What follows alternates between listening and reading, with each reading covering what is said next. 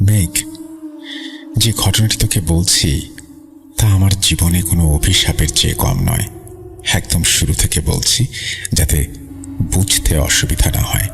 সময়কাল 1500 শতাব্দীর শেষ দিক।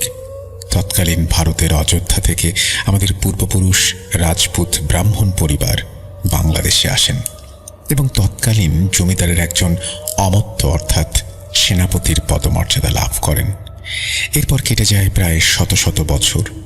আমার দাদুর বাবা অর্থাৎ আমাদের ঠাকুর দাদা একদিন কাউকে কিছু না বলে বাড়ি থেকে বেরিয়ে যান। আমার দিদার ভাষ্য মতে তিনি প্রথমে কুষ্টিয়া এবং পরে ভারতের কাশী চলে যান। এরপর আমরা পাবনায় চলে যাই এবং সেখানে বসবাস শুরু করি। এতগুলো কথা বললাম কেন তা ঘটনার পরে বোঝা যাবে। সময়কাল 1998। আমি রাত্রি তখনও মায়ের পেটে। সাধারণত সকল গর্ভবতী মহিলাদের সন্তান প্রসবের সময় প্রয়োজন হয় কম বেশি মিলিয়ে 9 মাসের মতো। আমার মায়ের ক্ষেত্রেও তেমনই বলেছিলেন পাশের ধাত্রী এবং গ্রামের ডাক্তাররা। তবে আমার দিদার ভাষ্য মতে আমি মাত্র 7 মাস 23 দিনের মাথাতেই পৃথিবীতে আসি ঈশ্বরের কৃপায়। মা এবং আমি উভয়ই সুস্থ থাকায় পরিবারের সবাই খুশি ছিলেন, আমার দ্বিধা বাদে। তার ধারণা ছিল আমার এমন সময় জন্ম হয়েছে যখন গ্রহ নক্ষত্র সবই উল্টো পথে ছিল, যার কারণে আমি হয়তো পরিবারের অমঙ্গল বয়ে আনব। সেজন্য নক্ষত্রের দশা পরিবর্তনের জন্য তিনি প্রথম সপ্তাহেই বাড়িতে যজ্ঞ করান। কিন্তু কথায় আছে, যা হওয়ার তা তো হবেই। আমাদের গ্রামের পরিবেশটা একটু বলে রাখি। পাবনা শহর থেকে দূরে সদর উপজেলায় মালিগাছা ইউনিয়নের কোনো এক গ্রাম। সারা গ্রাম মিলে হাতে গোনা 40টি বাড়িঘর হবে তখনকার সময়। সময়কাল 2008। আমার বয়স তখন 10 বছরের মতো। ছোটবেলা থেকে আমি ছিলাম একটু চঞ্চল স্বভাবের। তারপরে গ্রাম এলাকা, তাই একটু বেশি চাঞ্চল্যকর ছিল আমার জীবন। একদিন সন্ধ্যাবেলা আমি খেলা শেষে বাড়ি ফিরছিলাম। উল্লেখ্য যে আমাদের বাড়ির সামনেই একটা বাঁশঝাড় এবং বাঁশঝাড়ের ঠিক মাঝখানে একটি কুচকুচে কালো গাব গাছ এবং তার ঠিক পাশে আমাদের একটি পুকুর ছিল। তো সন্ধ্যাবেলা আমি বাড়িতে ফেরার সময় একটা সুন্দর বেড়ালের বাচ্চা দেখতে পেলাম। আমি আগ্রহ করে যখনই তাকে ধরতে যাব, সে নিজ ইচ্ছাতেই আমার পায়ের কাছে এসে দাঁড়িয়ে পড়ল। আমি তাকে কোলে নিয়ে দিদার কাছে আবদার করতে লাগলাম যে তাকে বাড়িতে রেখে আমি লালন পালন করব। দিদার কাছে অনুমতি পেয়ে মহা খুশি হয়ে রাতে তাকে মাছ এবং দুধ খেতে দেওয়ার পর সে আপনা আপনি বিছানায় শুয়ে পড়ল। কিন্তু ঝামেলা হলো সকালে উঠে কোনোভাবেই বিড়ালটিকে আর খুঁজে পেলাম না। আমার কান্নাকাটি দেখে বাসার সবাই তাকে খুঁজলেও পাওয়া গেল না। বিকেলে আমি ছাদে গিয়ে সন্ধ্যা পর্যন্ত দোলনায় বসে রইলাম। ঠিক আজানের কিছুক্ষণ আগ মুহূর্তে দেখলাম আমার সমবয়সী একজন মেয়ে আমার দিকে এগিয়ে আসছে। শিউলি আর বেলি ফুলের মিশ্রিত সুগন্ধ যেন চারিদিকে ছড়িয়ে আছে। সে এসে আমার দোলনার পেছনে দাঁড়িয়ে বলতে লাগলো, একটা বেড়ালের জন্য কি কেউ এত কাঁদে নাকি? আমি দৌড়ে তার পাশে গিয়ে জিজ্ঞেস করলাম, তুমি কিভাবে জানলে যে আমার বেড়াল হারিয়েছে? সে আমার কথার জবাব না দিয়ে একটা মুচকি হাসি দিয়ে দাঁড়িয়ে রইল। আমি তাকে ভালোভাবে দেখে চিনতে পারলাম না, কারণ এই গ্রামের সব ছেলে মেয়েদেরই আমি কম বেশি চিনি। তবে আমি একটা জিনিস খেয়াল করলাম, তার চোখ যেন ঠিক সেই বেড়াল ছানার মতোই। আমি তাকে কিছু বলতে যাব, ঠিক সেই সময় আমার দিদা সন্ধ্যাবাতি নিয়ে ছাদে এসে আমাকে বকাবকি শুরু করলো যে এই সময়ে আমি এখানে কি করছি। আমি সব খুলে বললে দিদা আমার দিকে ভ্রু কুঁচকে তাকিয়ে বললেন, তুই গিয়ে ঠাকুর ঘরে প্রসাদ দেখ, আমি আসছি। এই বলে দিদা তাড়াহুড়ো করে নিচে চলে গেলেন। রাতে বাবা খেতে গেলে বেড়ালের কথা জিজ্ঞেস করলেন। আমি তাকে সব বলি। বাবা দিদির দিকে তাকিয়ে আমাকে বেশি বাইরে ঘুরতে নিষেধ করে চলে গেলেন। আমি রাতে ঘুমানোর পর রাত 3টার দিকে হঠাৎ জেগে উঠলাম। আমার এমন অবস্থা হলো যে আমি জেগেও নেই আবার ঘুমিয়েও নেই। ঠিক তেমন সময় আমি বুঝলাম কেউ আমাকে ডেকে ডেকে বলছে, তুমি বললে আমি আসব, আর না বললে চলে যাব। প্রায় 4 মিনিট পর আমি বিরক্ত হয়ে উঠে পড়লে দেখি সেই মেয়েটা আমার বিছানার পাশে দাঁড়িয়ে মুচকি মুচকি হাসছে। আমি ভয় আর বিরক্তির স্বরে বলে উঠলাম, তুমি এখানে কিভাবে? সে আমাকে বলল, কেন? তুমি না কালকে আমাকে এত আদর করে বাড়িতে নিয়ে আসলে, যত্ন করলে। এ বলে সাথে সাথে সে বেড়ালে পরিণত হলো। তুমি বললে আমি আসব, আর না বললে চলে যাব। আমি এই ঘটনা দেখে চিৎকার দিতে যাব এমন সময় সে মানুষে পরিবর্তিত হলো। সে আমার কোনো ক্ষতি করবে না।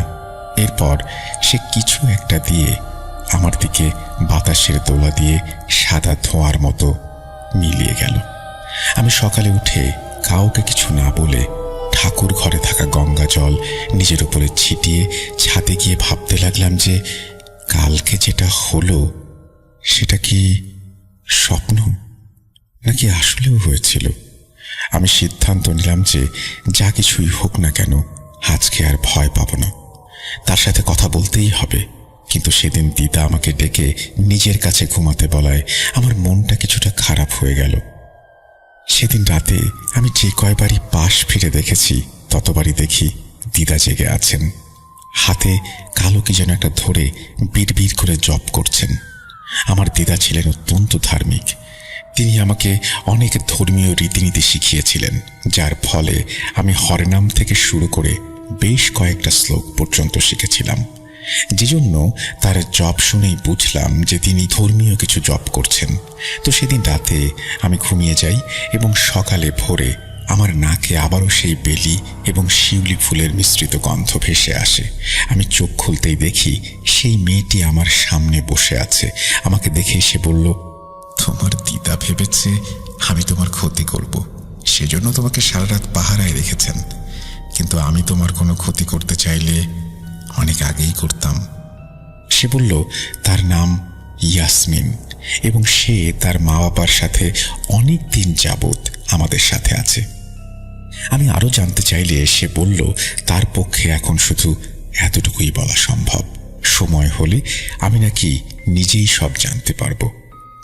এখন সে আমার থেকে শুধু জানতে এসেছে যে আমি তার সাথে থাকতে চাই কিনা, আমি তাকে থাকতে বলবো নাকি চলে যেতে বলবো। সে আমার দিকে এমন মায়াবী ভঙ্গিতে চেয়ে রইল যে আমি কোনোভাবেই না বলতে পারলাম না। এরপর সে খুশিতে আমার হাত ধরে একটু উঁচু করে একটু নিচে নামিয়ে দিল। এরপর দিদা আসার শব্দ পেলে সে আগের রাতের মতো ধোঁয়ায় মিলিয়ে গেল। এভাবে ইয়াসমিন মাসে প্রায় 2 দিন আমার সাথে দেখা করতই। তার থেকে আমি তাদের সম্পর্কে অনেক কিছুই জানতে পারি, তাদের বসবাস, আচার, স্থান, ধর্ম, পছন্দ অপছন্দ ইত্যাদি। আমি মাঝে মাঝে ইয়াসমিনকে জিজ্ঞেস করতাম যে মুসলমান হয়ে সে কেন আমার সাথে রয়েছে। প্রতিবার সে একই উত্তর দিত যে সময় হলে আমি নিজেই সব জানতে পারবো। আস্তে আস্তে আমার লেখাপড়া বাড়তে লাগলো। বাবা আমাকে রাজশাহীতে আমার পিসির কাছে পাঠিয়ে দেন। আমিও ইয়াসমিনকে বলে আসি যে আমি রাজশাহীতে যাচ্ছি, কিছুদিন পর ফিরব। আমার অনুপস্থিতিতে যেন পাগল হয়ে আমার দিদাকে জ্বালাতন না করে। সে বাচ্চাদের মতোই একটা হাসি দিয়ে আমাকে বিদায় জানিয়ে চলে গেল। বিশ্বাস করেন, এতক্ষণ পর্যন্ত রাত্রিদির মুখে একটা আনন্দের হাসি ছিল, কিন্তু ঘটনার এই প্রান্তে এসে তার মুখের হাসিটা বিলীন হয়ে গেল। এক গ্লাস পানি খেয়ে আবার বলতে শুরু করলো, আমার এসএসসি পরীক্ষাতে ভালো নম্বর থাকায় বাবা ঠিক করলেন যে আমাকে রাজশাহীতেই পড়াবেন। যেহেতু বাবার আদেশ দিদার পরে সবচেয়ে কঠিন, তাই আমিও নিরুপায় হয়ে পড়তে লাগলাম। এর মধ্যে ইয়াসমিনের সাথে আমার কোনো প্রকার যোগাযোগ হয়নি। প্রায় 5 মাস পরে বাবা হঠাৎ ফোন দিয়ে বললেন, তুমি তাড়াতাড়ি বাসায় চলে এসো, তোমার দিদার অ্যাক্সিডেন্ট হয়েছে। আমি সেদিনই আমার পিসির ছেলে অর্থাৎ আমার কাজিনের সাথে পাবনাতে চলে আসি। বাড়িতে পা দিতেই যেন কেমন একটা নেগেটিভ এনার্জি আমার দম বন্ধ করে দেয়। দিদি আমাকে এমনভাবে বোঝালেন যেন গরমের দিনে টিনের চালের ঘরে দাঁড়ালে যেমন ভ্যাপসা গরম লাগে সেরকম। দিদি আবার বলতে লাগলেন, আমি দিদাকে নিয়ে চিন্তায় ছিলাম, যার কারণে এসব খেয়াল করিনি। কিন্তু আশ্চর্যের ব্যাপার হলো আমাদের ছিল পাকা ছাদ বাড়ি, আর তাছাড়া বাড়িতে শুধু 4 জন মানুষের কারণে এত গরম হতে পারে না। তাও সেটা আবার শুধু আমারই লাগছে, কিভাবে সম্ভব? যাই হোক, আমি ভেতরে গিয়ে ব্যাগ রেখে দিদার ঘরে ঢুকবো, এমন সময় দিদা আমাকে হঠাৎ ধমক দিয়ে বাড়ি থেকে চলে যেতে বললেন। আমি দিদার এমন ব্যবহার দেখে থতমত খেয়ে কাঁদতে কাঁদতে আবার ঘরে ঢুকলে মা আমাকে শান্ত করে বললেন, উনি আজ 4 দিন ধরেই নাকি এমন করছেন। আমি দিদার হাত ধরবো, এমন সময় ইয়াসমিন এসে পেছন থেকে আমাকে বলল যে উনার থেকে দূরে থাকতে। আচমকা দিদি আমার হাতের কবজি ধরে হ্যাঁচকা টান দিয়ে বললেন, ব্রহ্মনন্দীর নাতিকে মারতে হবে, না হলে ব্রহ্মনন্দীর বংশ নির্বংশ করে দেয়া হবে। দিদার এই কথা শুনে আমি, মা, বাবা সবার পায়ের নিচ থেকে মাটি সরে গেল। কারণ ব্রহ্মনন্দী আর কেউ নন, আমার দাদু। আর ব্রহ্মনন্দীর নাতি অর্থাৎ আমার মৃত্যু। আমি ইয়াসমিনের দিকে তাকিয়ে দাদুর দিকে তাকালাম। ইয়াসমিন তার পেছন থেকে কিসের যেন একটা পাতার উপর খোদাই করা একটা লেখা পড়ে আমার দিদার কপালে ফু দিল। দিদার শরীরের ভেতরে থাকা যেন কালো কোনো একটা জিনিস বেরিয়ে যাবার জন্য ছুটোছুটি করতে লাগলো। আর সাথে সে কি চিৎকার, আমাকে ছেড়ে দে, তোরা কিচ্ছু করতে পারবি না। সে আমাকে আদেশ দিয়েছে, আমি তাকে নিয়েই যাব। অবশেষে দিদা বমি করলে তার মুখ থেকে কার্বনের ধোঁয়ার মতো একটি জিনিস ইয়াসমিনকে ধাক্কা দিয়ে চলে গেল, যা কেবল আমি দেখতে পেলাম। এরপর দিদাকে আমরা গাড়িতে উঠিয়ে পাবনা সদর হাসপাতালে ভর্তি করাই। আমি দিদাকে দেখে তার ব্যবহারে যতটা অবাক হয়েছিলাম, তার চেয়ে বেশি অবাক হই এটা ভেবেছে একজন মানুষ যে সারা গ্রামবাসীকে এক ধমকে চুপ করিয়ে দিত, সে আজকে হাতে ব্লেডের ছোট্ট একটা কাঠের চেয়েও কম ক্ষতর জন্য বিছানা থেকে উঠতে পারছে না। এটা কিভাবে সম্ভব? যাই হোক, ডাক্তার বাবার পরিচিত হওয়ায় তার বিশেষ অনুরোধে তাকে হাসপাতালে রেখেই কম্পালসারি বেড রেস্ট দেয়া হয় এবং সেখান থেকে 2 দিন দিদার অ্যাক্সিডেন্ট হওয়া স্থানে ড্রেসিং করিয়ে ডিসচার্জ করা হয়। আমি 2 দিন হাসপাতালে থাকার কারণে ইয়াসমিনের সাথে কোনোভাবেই কথা বলার সুযোগ পাইনি। সেজন্য বাসায় ফিরেই আমি ছাদে চলে যাই এবং ইয়াসমিনকে মনে মনে স্মরণ করি, তার জন্য অপেক্ষা করতে থাকি। কিছুক্ষণ পর ইয়াসমিন আসলে আমি তাকে অনুরোধ করি দিদার সাথে তখন কি হয়েছিল তা খুলে বলার জন্য।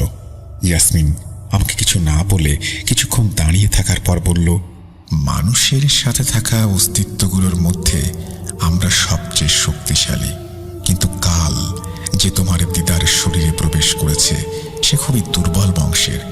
আমি এখানে তোমার পরিবারের সাথে আছি সেটা জানার পরেও সে তার জীবনের ঝুঁকি নিয়ে তোমার দিদার শরীরে প্রবেশ করেছে, কিন্তু সে এটা কেন করলো আমি জানি না। তোমার দিদাকে হাসপাতালে নিয়ে যাওয়ার আগে আমি তাকে ধরতে যাব, এমন সময় মনে হলো কেউ যেন আমাকে বেঁধে রেখেছে। তার কথাগুলো তখনও আমার কিছুই মাথায় ঢুকছিল না। আমি তাকে কিছু বলতে যাব, তখনই সে আমাকে বলল, আমি আমার বাবার কাছে যাচ্ছি, আমাকে অল্প কিছু সময় দাও, আমি এসে ছোটবেলা থেকে হওয়া সব কিছু তোমাকে খুলে বলবো। সে যাওয়ার আগে আমাকে একটা হলুদ কাপড়ের টুকরো দিয়ে বলল, যদি ফিরতে দেরি হয় তাহলে এটাতে একটা প্যাঁচ দিয়ে পানিতে চুবিয়ে রাখবে, তাহলে আমি চলে আসব। আর আমি না আসলেও আমার বিশ্বস্ত কেউ একজন এসে তোমাকে জানাবে, কিন্তু একবারের বেশি ব্যবহার করলে কাজ হবে না। বলেই সে পেছনে তাকিয়ে প্রথমবার আমাকে বিদায় না জানিয়ে কিছু একটা চিন্তা করতে করতে ধোঁয়ার মতো মিলিয়ে গেল। আমি ছাদ থেকে নেমে রাতে খাওয়া দাওয়া করে দিদাকে দেখে আমার রুমে এসে ঘুমিয়ে পড়লাম। পরদিন সকালে পিসি আমাকে ফোন দিয়ে বলল, আমার রাজশাহী মহিলা পলিটেকনিক ইনস্টিটিউটে চান্স হয়ে গেছে। আমি যেন কালকে এসে সশরীরে ফর্ম পূরণ করে ভর্তি হয়ে যাই। বাবা আমাকে এটা জানার পর সেদিনই রাজশাহীতে পাঠিয়ে দিলেন। আমি 6 দিন রাজশাহীতে থেকে কম্পালসারি ক্লাসগুলো করে বাড়িতে রওনা দিই। এবার বাড়িতে ঢুকেই যেন একটা ভ্যাপসা দমকা হাওয়া আমাকে ঘিরে ধরল। আমি বাড়িতে তাড়াহুড়ো করে এসেছিলাম, কারণ আমার রাজশাহীতে ইয়াসমিনের কথা সবচেয়ে বেশি মনে হচ্ছিল। আমি ফ্রেশ হয়ে দিদার রুমে গিয়ে দেখি মা আর দিদা কি নিয়ে যেন তর্ক করছেন। মা আমাকে দেখে একটু বিরক্ত নজরে আমার দিকে তাকিয়ে চলে গেলেন, আর দিদা আমাকে দেখেই মোটামুটি ভয়ঙ্কর একটা হাসি দিলেন। আমি আমার মায়ের চেয়েও বেশি সময় দিদার সাথে কাটিয়েছি, তাই তার ইচ্ছাকৃত মুচকি হাসি আর সন্দেহজনক হাসির মধ্যে পার্থক্যটা মনে গেঁথে গেল। যাই হোক, আমি একটা জিনিস খেয়াল করলাম যে দিদা আর আগের মতো নেই। তিনি রোজ পুজো দিতেন, সন্ধ্যাবাতি নিজ হাতে সাজাতেন, আবার খাবারের আগে সবাই একসাথে প্রার্থনাও করতেন। আর এখন এর পুরোটাই উল্টা। তার রুম পরিষ্কার করতে গেলে তিনি মাকে অকথ্য ভাষায় গালিগালাজ করেন, বাবাকে কোনো কারণ ছাড়াই আমাকে বাসা থেকে বের করে দিতে বলেন। আমি সবচেয়ে অবাক হয়েছিলাম যে প্রতিদিন সন্ধ্যার আগে তিনি আমার রুমে আসতেন এবং কিছু খুঁজতেন, আর আমি সিঁড়ির কাছে আসলেই তিনি তাড়াহুড়ো করে বারান্দায় গিয়ে দাঁড়াতেন। এসব বিষয়গুলো আমাকে ভাবনার চাইতেও বেশি ভয়ে ফেলেছিল। কারণও ছিল, ইয়াসমিনের কথাগুলো আমার কাছে আশ্চর্যজনক ব্যাপার ছিল। আমি প্রায় 15 দিন ধরে ইয়াসমিনকে ডাকার পরেও তার কোনো খোঁজ খবর নেই। প্রায় 4 দিন পর দিদা আমার রুমে আসা বন্ধ করে দেন এবং সেদিনই আমি ভাবি যে আজকে সন্ধ্যাবাতি আমি জ্বালাবো। যেই ভাবা সেই কাজ। ঠাকুর ঘরে গিয়ে বাতি জ্বালাতেই একটা বিশ্রী গন্ধ আমার নাকে এলো। ঠাকুর ঘরের বাতিগুলো বেশিরভাগ সময় ঘি এবং কর্পূর দিয়ে তৈরি করা হয়, যাতে পবিত্রতা এবং সুগন্ধ বজায় থাকে। তাই এই দুর্গন্ধ দেখে আমি মাকে ডাকি। মা এসে বলেন, তোর দিদা তো কাউকে 2 সপ্তাহ ধরে ঠাকুর ঘরের পাশেই আসতে দেয় না, কি করব বল? আমি মাকে পরিষ্কার করতে বলে অভ্যেস মতো ছাদে গিয়ে বসলাম। তখনই ইয়াসমিনের দেয়া সেই হলুদ কাপড়ের টুকরার কথা মনে হলো। ডিসাইড করলাম কাল শুক্রবারেই সেটা ব্যবহার করব। একথা ভেবেই আমি ছাদ থেকে নামতে যাব, তখনই সিঁড়িতে থাকা একটি পিনে আমার পা কেটে যায় এবং আমি কোনোভাবে আমার রুমে এসে ঘুমিয়ে পড়ি। রাতে আমি একটি স্বপ্ন দেখি, যেখানে আমার দিদা সিঁড়িতে দাঁড়িয়ে আমার রক্ত পড়ছিল যেখান থেকে, সেই ক্ষতস্থানটা চিটে খাচ্ছেন। গা হিম করার মতো একটা দৃশ্য। আমি যেন স্বপ্নের মধ্যেই ঘামতে থাকি। এক সময় আমি স্বপ্নে আমার রুম থেকে বেরিয়ে দিদার পেছনে দাঁড়াই। দিদা বুঝতে পেরে পেছন থেকেই মাথাটা ঘুরিয়ে আমার দিকে বলেন, ব্রহ্মনন্দীর নাতির মরতেই হবে। আমি লক্ষ্য করলাম তার মুখে যেন অন্ধকার, আর সেখান থেকে বেরিয়ে আসছে সেই ঠাকুর ঘরের বিচ্ছিরি গন্ধ। আমি সেখান থেকে পালাতে যাব, তখন দিদা একটি কালো সাপের রূপ নিয়ে আমার দিকে তেড়ে আসলো। সাপটি আমার পায়ে ঠিক যে জায়গায় পিন ঢুকে রক্ত বেরোচ্ছিল সেখানেই কামড় দিল। দ্বিতীয়বার যেন সে আগে থেকে আরো বড় হয়ে কামড়াতে আসবে, ঠিক সেই সময় পেছন থেকে 2জন সাদা গাউন পরা পুরুষ এবং মহিলা এসে 2টি লাঠি দিয়ে সাপটির মাথায় এবং লেজে বাড়ি মেরে তাকে হত্যা করল। সাপটিকে মেরে তারা আমার দিকে এসে বলল, আমাদের ক্ষমা করো। আমি তাদের কিছু বলতে যাব, পারলাম না, কারণ ঠিক তখনই আমার তন্দ্রা ভেঙে গেল। আমি অনুভব করলাম আমার সম্পূর্ণ শরীর বিশাল ভার এবং আমি ঘেমে একাকার হয়ে যাচ্ছি, কিন্তু শরীরের কোনো অংশই আমি নাড়াতে পারছি না, যাকে বলে বোবায় ধরা বা স্লিপ প্যারালাইসিস। আমি মনে মনে ভগবানের কাছে প্রার্থনা করতে লাগলাম। ঠিক সেই সময় বাইরে থেকে স্থানীয় মসজিদে আজান হতে লাগলো, আর ধীরে ধীরে আমার শরীর পুনরায় সতেজ হতে লাগলো। আমি সকালে তাড়াতাড়ি উঠে স্নান সেরে মাকে ডেকে সব ঘটনা খুলে বললাম। তখন সূর্য পূর্ব আকাশে কিছুক্ষণ ধরে উঠেছে। ঠিক তখনই দিদার রুম থেকে জোরে আওয়াজ আসলো। আমি আর মা দৌড়ে গেলাম ঘরে। গিয়ে দেখি বাবা দিদার হাত ধরে কান্নাকাটি করছেন, আর দিদা বাবাকে বলছেন, আমার হাতে সময় নেই, ওকে তাড়াতাড়ি ডাকো। শত চেষ্টা করেও যেন দিদা আমার নামটা মুখে আনতে পারল না। আমাকে দেখেই দিদা বলল অনেকটা করুণার সুরে, তোমরা দূরে গিয়ে দাঁড়াও, আমাকে আর মামুনিকে একা থাকতে দাও। বাবা কিছুতেই যাবেন না। দিদা তার শরীরের সমস্ত শক্তি প্রয়োগ করে বাবাকে ধমক দিয়ে বললেন, অনির্বাণ, আমি বলছি আমাকে আর মামুনিকে একা থাকতে দে, তুই কি আমার কথা শুনতে পাচ্ছিস না? দিদা এমন ভাবে কথাটা বললেন, বাবা কাঁদতে কাঁদতে রুম থেকে বেরিয়ে বাইরে দাঁড়িয়ে আবারও কাঁদতে লাগলেন। দিদা আমার হাত ধরে বললেন, দিদি ভাই, আমাকে ক্ষমা করে দিও, এসব আমার জন্যই হচ্ছে। আমি যদি তাকে বলার সুযোগ দিতাম। দিদা কাশি দিয়ে আবার বললেন, মানুষ বড় বোকা, আর ভরসা করতে হবে কাকে, দেরিতে বোঝে। আমি দিদাকে চুপ করাতে যাব, কিন্তু দিদা বলতে লাগলেন, আমি চলে যাচ্ছি দিদি ভাই, আর তাদের বলো আমার ভুলের প্রায়শ্চিত্ত আমার জীবন দিয়ে করে গেলাম। এ কথা বলেই দিদার শরীরটা একটা কাঁপুনি দিয়ে নিস্তেজ হয়ে যায়। আমি দিদার হাত তখনও আমার গালে অনুভব করছিলাম।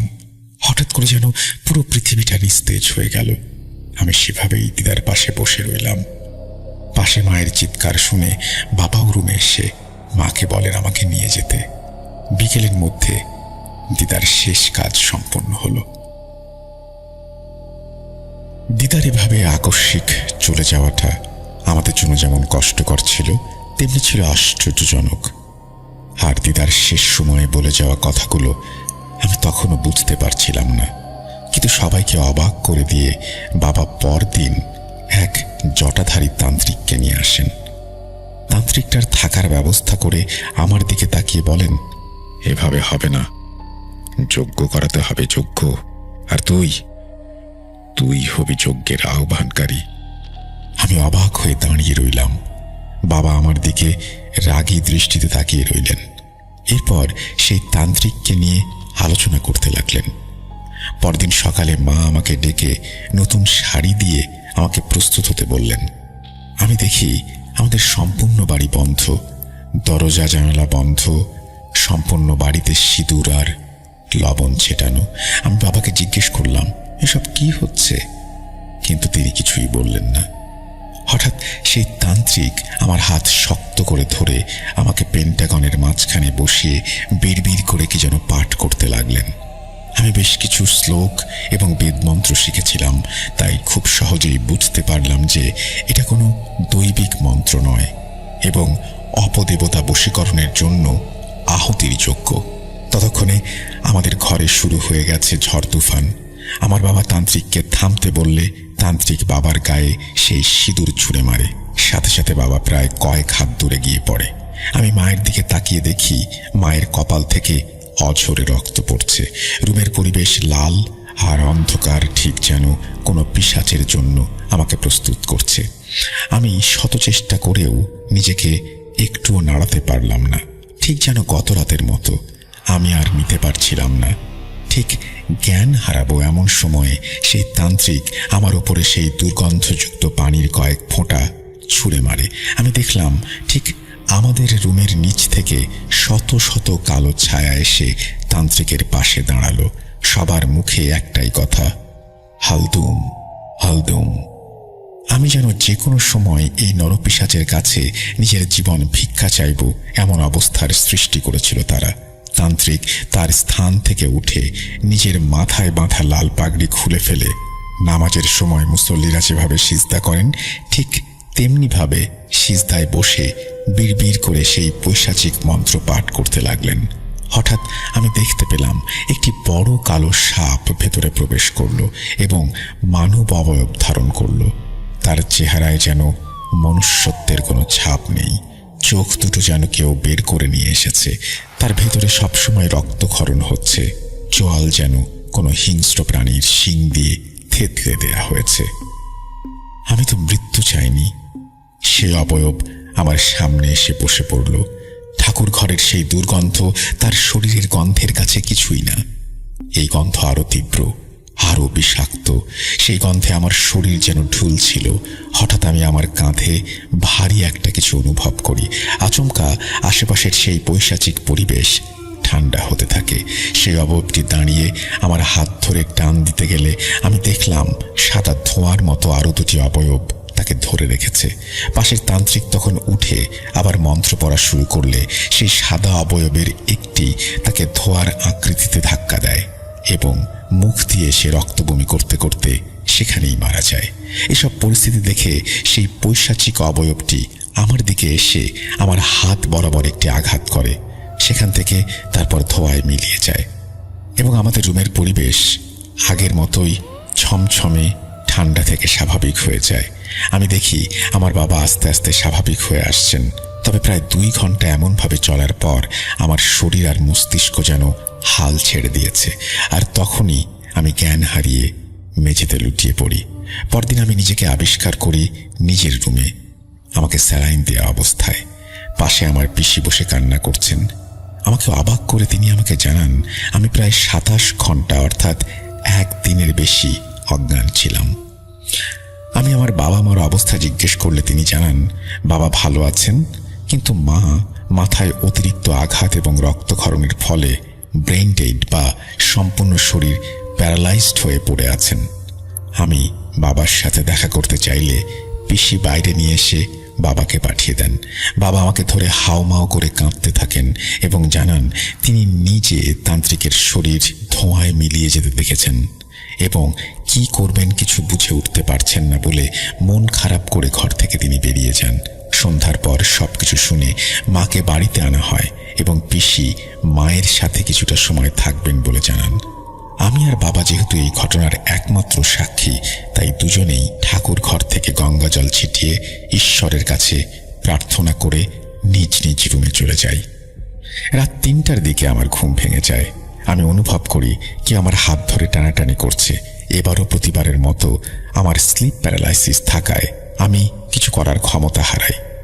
আমি হনুমান চল্লিশা জানতাম, কিন্তু যখনই উচ্চারণ করতে যাব ঠিক তখনই একটি হাত যেন আমার গলা চেপে ধরে। সেজন্য আমি কোনোভাবেই তাকে বাধা দিতে পারিনি। ধীরে ধীরে সেই অবয়ব রূপ ধারণ করে এবং এক পর্যায়ে আমার কানের কাছে আরবি ভাষায় কি যেন বলতে থাকে। আমি ইয়াসমিনের দেয়া সেই হলুদ কাপড়টি সবসময় আমার হাতেই বেঁধে রাখতাম, যার জন্য সেই অবয়বটি আমার হাতের কাছে কোনোভাবে আসতে পারত না। ভোরে আজানের ঠিক আগ মুহূর্তে সেই অবয়বটি চলে যেত। প্রায় প্রতিদিন এভাবে আমার ওপর তার পৈশাচিক অত্যাচার চলতে থাকে। সপ্তাহে 5 দিন আমার ঘুম হতো না। একদিন বৃহস্পতিবার রাতে সে প্রতিদিনের মতো আরবিতে কিছু একটা বলে শেষে বাংলাতে বলে, তোদের রক্ষা কবচ তো ভেঙে দিয়েছি, এবার তছনছ করার পালা। এভাবে প্রায় 2 সপ্তাহ কেটে যাওয়ার পর আমার বাবা সেখানে ফোন দিয়ে জানতে পারেন আমার দিদা আমাদের কুষ্টিয়ায় থাকা কিছু জমির মধ্যে কিছু অংশ একটি কবরস্থানে দান করেছেন। তবে আমার বাবার মন বিষণ্ণ থাকায় সেই ড্রাফটের কোনো জবাব তিনি দেননি। এর 3 দিন পর কুষ্টিয়া থেকে 3 জন হুজুর আমাদের এলাকায় মসজিদের ইমামের সাথে দেখা করেন এবং আমাদের বাড়িতে আসলে বাবা তাদের ড্রাফটের কপি এবং জমির দলিল বুঝিয়ে দেন এবং ক্ষমা চেয়ে বাড়ি থেকে চলে যেতে বলেন। আসলে সেই ঘটনার পর বাবা মানসিকভাবে অনেকটাই দুর্বল হয়ে যান। ইমাম সাহেব বাড়িতে ঢোকার পরই খারাপ কিছুর আভাস পেয়েছিলেন, সেজন্য বারবারই কোনো সমস্যা আছে কিনা তা জিজ্ঞেস করেছিলেন। বাবার ব্যবহার এবং অনাগ্রহ দেখে সাথে থাকা কিছু লোকেরা হুজুরকে চলে আসতে বললে হুজুর শেষবার বাবাকে অনুরোধ করে বলেন যে, অনির্বাণ সাহেব, আমি অন্য ধর্মের লোক, আমার কাছে হয়তো বলতে আপনার সমস্যা হচ্ছে, কিন্তু বহু বছর ধরে আমরা এই গ্রামে থাকি। অন্যান্যদের চাইতে আপনি এবং আপনার পরিবার গ্রাম ও গ্রামের মানুষদের অনেক বেশি সহায়তা করেছেন। আপনার মাকে আমরা চাচি বলে ডাকতাম, আপনাকে নিজের ভাই মনে করি। কোনো সমস্যা যদি থাকে বলেন, আমরা যথাসাধ্য চেষ্টা করব। বাবা হুজুরের দিকে তাকিয়ে বললেন, পারবেন না সিদ্দিক সাহেব, সমস্যাটা একটু বেশি ঝামেলার। হুজুর তার সাথে আসা লোকদের মসজিদে অপেক্ষা করতে বললে তারা চলে যায়। বাবা হুজুরকে তার জানা সবকিছু খুলে বলেন। হুজুর অনেকক্ষণ চুপ থেকে আমাকে ডেকে বলতে যাবেন, তোমার দিদা তো। ঠিক তখনই বিকেলের আজান হয়ে যায়, তাই হুজুর বিদায় নেন এবং সন্ধ্যায় আসার প্রতিশ্রুতি দেন। তবে সন্ধ্যার পর থেকে বৃষ্টি শুরু হওয়ার জন্য হুজুর আসতে পারেন না। তবে সেদিন রাতে সেই অবয়বটি আমার উপরে চরম ক্ষিপ্ত হয় এবং বলতে থাকে, বাড়িতে হুজুর এনেছিস, কিছুই করতে পারবে না। তার পরদিন সকালে গ্রামে হট্টগোল হয়ে যায়, কারণ আমার ছোট দাদু আকস্মিকভাবে নদীতে ডুবে মারা যান। কিন্তু আমরা সবাই অবাক হই যে তার তো জলাতঙ্ক ছিল, তিনি পানির কাছে ভুলেও যেতেন না, তাহলে তিনি নদীতে ডুবে মরলেন কিভাবে? ঠিক দুপুরবেলা হুজুর রুক্ষ শরীর নিয়ে বাবার কাছে এসে ক্ষমা চেয়ে যান। তিনি বলেন এই বিষয়ে তিনি আর কোনো সাহায্য করতে পারবেন না। আমার দিকে তাকিয়ে বললেন, আমি রাজশাহীর বাঘা থেকে একজনকে আসতে বলেছি, তিনি হয়তো তোমাদের এই বিপদ থেকে মুক্তি দিতে পারবেন। বাবা কিছু না বলে হুজুরের মুখের ওপর দরজা বন্ধ করে দেন। হুজুর কিছুক্ষণ দাঁড়িয়ে থেকে মসজিদে চলে যান। সন্ধ্যার পর হুজুর তার বলা সেই লোককে নিয়ে আবার বাসায় আসেন। বাবা এবার রেগে গিয়ে একটি তলোয়ারের মতো রামদা এনে হুজুরের সামনে ধরে বললেন, সিদ্দিক, আমার দিকে তাকাও, আমার মেয়ের দিকে তাকাও। আমরা কি সেই মানুষ নই যে যখন ঝড়ে তোমাদের বাড়ির চাল উড়ে গিয়েছিল তখন তোমাদের বাড়িতে চাল দিয়েছিলাম? যখন কবরস্থানের জন্য তোমরা মারামারি করছিলে তখন আমি আমার বাবার জমি তোমাদের কবরের জন্য দান করেছিলাম? আমি কি সেই মানুষ না যারা নিজের ব্যক্তিগত বাঁশ ঝাড় থেকে সারা গ্রামের লোকদের বিনামূল্যে বাঁশ ব্যবহারের অনুমতি দিয়েছি? তাহলে কেন সিদ্দিক, কেন? কি এমন পাপ করেছি আমরা যে আমাদের এমন শাস্তি পোহাতে হচ্ছে? কি পাপ করেছে আমার মেয়েটা? এই কথা বলে বাবা হুজুরের সামনে কাঁদতে শুরু করেন। আমি পাশে থেকে বাবাকে এই অবস্থায় দেখে নিজেও কাঁদতে শুরু করি। আসলে বাবাও আমার দাদুর মতো সেনাবাহিনীর একজন অফিসার ছিলেন। প্রায় 7 বছর সার্ভিসের পর তিনি চাকরি ছেড়ে গ্রামেই জমিজমা দেখাশোনা করতেন। তার মতো শক্ত একজন মানুষ এইভাবে কান্না ধরে রাখতে পারল না। পাশে থাকা জব্বা পরা লোকটি বাবাকে সান্ত্বনা দিয়ে বলল, মজুমদার সাহেব, আমরা অন্য ধর্মের বলে আমাদের উপরে অবিশ্বাস করবেন না। সিদ্দিক যা বলেছে, আপনি যদি আসলে তার শিকার হন, আমাদের যতটুকু শিক্ষা আছে সব দিয়ে আপনাকে সাহায্য করব, এটা আমাদের ওয়াদা। বাবা ইমাম সাহেব আর সেই লোকটিকে ছাদে নিয়ে গিয়ে আলাপ করতে লাগলেন এবং ঘণ্টাখানেক পরে বললেন, আমাকে 2 ঘন্টা সময় দিন বলে আমাদের বাড়ির সামনে গিয়ে বসে পড়লেন। এর মধ্যে রাতে আজান হয়ে গেলে ইমাম সাহেব নামাজে যাবেন বলে সেই লোকদের কাছ থেকে অনুমতি চাইলেন, কিন্তু লোকটি ধ্যান করছিলেন। এমন অবস্থায় 2 বার মাথা ঘুরিয়ে উঠলেন। বাবা বাইরে এসে দাঁড়ালে তিনি আরো কিছুক্ষণ বসে দাঁড়িয়ে কিছু সূরা পড়লেন। হুজুরকে ধমকের স্বরে বলেন, সিদ্দিক, তুমি আমাকে একই বিপদের মধ্যে এনে ফেললে। আমি তো ওয়াদা করে ফেলেছি, ওয়াদা ভাঙলে আল্লাহ আমার পরকাল কেড়ে নেবেন, আর ওয়াদা না ভাঙলে আমার ইহকাল। তুমি যত তাড়াতাড়ি সম্ভব মসজিদে যাও, মাইকিং করে আশেপাশে যত হাফেজ এবং কারি সাহেব আছেন তাদের তোমার বাড়িতে আসতে বলো। এই যে মহাবিপদ। লোকটি বাবার দিকে চেয়ে বলল, আপনার মেয়ে যে কি বিপদের মধ্যে আছে আপনি কি জানেন? আপনার বংশ তারা শেষ করে দিয়েছে, এবার শুধু বাকি আছেন আপনি আর আপনার মেয়ে। বাবার আমি যে ঘটনার সাক্ষী তার সামনে হয়তো হুজুরের এই কথাগুলো নিছক, তাই বাবা হুজুরের কাছে মিনতি করতে লাগলেন, আপনার যা প্রয়োজন আপনি তাই করুন, আপনি শুধু বলুন আমার মেয়েটিকে কিভাবে বাঁচাতে হবে। আমি পাশে থেকে বাবার এমন মিনতি দেখে কান্নায় ভেঙে পড়লাম। এরপর হুজুর আমাদের ইমাম সাহেবের বাড়িতে গেলেন এবং আগে বাড়ি বন্ধ করলেন, 4 জন হাফেজকে দিয়ে বাড়ির চারপাশে দাঁড় করিয়ে। এরপর হুজুর বাড়ির চারপাশে দাঁড়িয়ে কোরআন তেলাওয়াত করতে শুরু করলেন। সাবধান করে গেলেন, যাই হোক মৃত্যুর ফেরেশতা না দেখা ব্যতীত অন্য কোনো কারণে তেলাওয়াত বন্ধ করা যাবে না। এ কথা বলে হুজুর আমাদের ভেতরে গিয়ে বসতে বললেন এবং অন্যান্যদের সাথে কথা বলে আমাদের সাথে এসে বসলেন। বাবাকে বললেন, আমরা মানুষের সেবা করি, তাদের সুস্থ করি আল্লাহর আয়াত দিয়ে। আমার কথায় মন খারাপ করবেন না। আপনারা মুসলিম নন, যার কারণে আমাদের কোনো আমলই আপনাদের উপরে প্রভাব ফেলবে না, তবু আমাদের সাহায্য নিতে হবে। তিনি আমার দিকে চেয়ে বললেন, তুমি তোমার বাবাকে সম্পূর্ণ সত্যটা কেন বলছো না? নাকি ইয়াসমিনের জীবনের কোনো মূল্য নেই তোমাদের কাছে? আমি কাঁদতে কাঁদতে ইয়াসমিনের কথা বাবাকে বলি। আমি স্পষ্ট দেখতে পাচ্ছিলাম রাগে বাবার চোখ লাল হয়ে এসেছে। হুজুর বাবাকে শান্ত করে বলেন, অনির্বাণ সাহেব, আপনার মেয়ের উপরে রাগ করে লাভ নেই। ইয়াসমিনের জন্যই আপনি আজকের সূর্য দেখতে পেয়েছেন। বাবা হুজুরের উপর চটে গিয়ে বলেন, কি বলছেন আপনি? তার জন্যই তো এসব। হুজুর বললেন, না, আপনাকে প্রথম থেকে জানতে হবে। এই বলে হুজুর বলা শুরু করলেন, আপনার দাদু খুব সাহসী একজন মানুষ ছিলেন। তিনি খুব কম সময় তার সাংসারিক জীবনে দিয়েছেন। জ্ঞান আহরণ ছিল তার নেশা, যার জন্য তিনি সন্ন্যাস নেন। আমাদের ভাষায় তাকে দরবেশ আর আপনাদের ভাষায় তাকে ঋষি বলে। যেহেতু রাজপুত জমিদার পরিবারের একজন, সেহেতু রাজর্ষি বলা যায়। তিনি অনেক বছর জঙ্গলে কাটান। তিনি তার সন্ন্যাসী ক্ষমতা বলে মানুষ এবং অন্যান্য জগতের অনেক উপকার করেন। অন্য জগতের বিষয় বলতে আমাদের জন্য জিন, আপনাদের জন্য অন্য কিছু। তাদের মধ্যে ছিল একটি মুসলিম জিন পরিবার।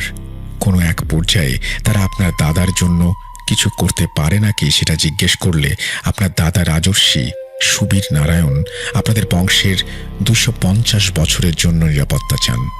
তারই পরিপ্রেক্ষিতে তারা আপনাদের রক্ষা করে আসছিল, আর আপনার মেয়ে ছিল তাদের শেষ দায়িত্ব। সেই জিন পরিবার আপনাদের বহুদিন রক্ষা করে আসছে, তার একটাই কারণ, তারা জানে আপনারা মানুষের ক্ষতি করেন না। আপনার মেয়ে তাদের মেয়ের সাথে এতদিন থেকেও একটাও আবদার করেনি, তার কারণ জিনদের মধ্যে কয়েকটা ধাপ আছে, যার দ্বিতীয় এবং সবচেয়ে শক্তিশালী ধাপের জিন হল ইফরিত, যারা আপনাদের নিরাপত্তা দিয়ে আসছিল। এটা বলে হুজুর একটু থামেন এবং আবারও বলতে শুরু করেন, আচ্ছা মজুমদার সাহেব, বলুন তো মানুষের সবচেয়ে বড় শত্রু কোনটা? বাবা উত্তর দিতে না পারলে তিনি নিজেই বলেন, রাগ আর হিংসা। আর এটাই আপনাদের পরিবারের ধ্বংসের মূল কারণ। আপনার বাবার সৎ ভাই, যাকে আপনারা এতদিন ধরে কোনো অভাব বুঝতে দেননি, সেই এসব করেছে।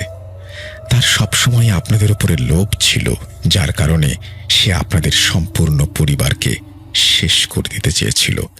আর তার শুরু হয় আপনার মাকে দিয়ে। সে আপনাদের খাবারে বিষ মিশিয়ে দিত, কিন্তু ইয়াসমিন নামে যে মেয়ে জিনটি আপনাদের সাথে থাকতো, সে কোনো না কোনোভাবে সেটা থেকে আপনাদের বাঁচাতো। কিন্তু আপনাদের মেয়ের সাথে পরিচয় হওয়ার পর আপনার মা মনে করে বসেন ইয়াসমিন আপনাদের ক্ষতি করার জন্য আপনার মেয়ের পিছু নিয়েছে। কিছুদিন আগে আপনাদের বাঁশঝাড়ের পাশের জমিতে পানি দেওয়ার জন্য যেই সেচ নির্মিত করা হয়, সেখানে একজন তান্ত্রিককে এনে থাকতে দেয়া হয়।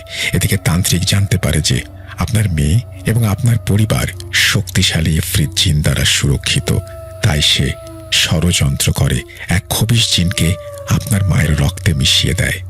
ইয়াসমিন অনেক শক্তিশালী ছিল, সে সহজেই বুঝে যেত যে বাড়িতে অপশক্তি রয়েছে, কিন্তু তান্ত্রিক সুযোগ পেয়ে যায় তখন যখন আপনি আপনার মেয়েকে রাজশাহীতে পাঠিয়ে দেন। আপনার মেয়ে না থাকায় ইয়াসমিনও তার বাড়িতে চলে যায়। ফলে তান্ত্রিক ও আপনার বাবার সেই সৎ ভাই কালো জাদুর মাধ্যমে আপনার মাকে আরো অসুস্থ করে ফেলে আর নিজের পরিকল্পনা আরো বড় করতে থাকে। কিন্তু সমস্যা বাধে আপনার মায়ের অ্যাক্সিডেন্ট হলে। খবর পেয়ে আপনার মেয়ে বাসায় চলে আসলে ইয়াসমিনও ফিরে আসে। এসেই বুঝতে পারে বাড়িতে কিছু একটা হয়েছে। আপনার মেয়ে আর ইয়াসমিনকে দেখে সেই খবিশ জিন আরো ক্ষেপে যায়। ইয়াসমিন মাদ্রাসাতে পড়ত, তাই তার কুরআন পড়ে ফু দেওয়ার সাথে সাথেই সেই খবিশ জিন আপনার মায়ের শরীরের ভেতরে জ্বলতে থাকে। উপায় না পেয়ে সে আপনার মায়ের শরীর ছেড়ে পালিয়ে যায়, কিন্তু কালো জাদুর প্রভাব বাড়িতে থাকার কারণে ইয়াসমিন তাকে ধরে রাখতে পারে না। কিন্তু সে ঠিকই বুঝেছিল যে এর পেছনে কে, তাই সে কালো জাদুর প্রভাব কম করার জন্য তার বাবা মায়ের সাথে দেখা করতে যায়। এবং এদিকে সেই তান্ত্রিক আর আপনার বাবার ভাই ঠিকই বুঝেছিল যতদিন ইয়াসমিন আছে ততদিন তারা আপনাদের কিছুই করতে পারবে না। আর এর মধ্যে একটি বড় ভুল করে ফেলেন আপনার মা। তান্ত্রিক শক্তিশালী আর এক মারিদ জিন, জিনদের মধ্যে সবচেয়ে শক্তিশালী সেই জিনকে ইরান থেকে আহ্বান করেন, কিন্তু তাকে দিয়ে কাজ করানোর জন্য বলি প্রয়োজন। কোনো জন্তু বা মানুষের নয়, মারিদ জিনের দরকার ইয়াসমিনকে। তান্ত্রিক পূজারী সেজে আপনার মাকে বোঝায় যে ইয়াসমিন একটি অপশক্তি যে আপনার পরিবারকে ধ্বংস করতে চায়, সেজন্য তিনি যা বলবেন তাই করতে হবে।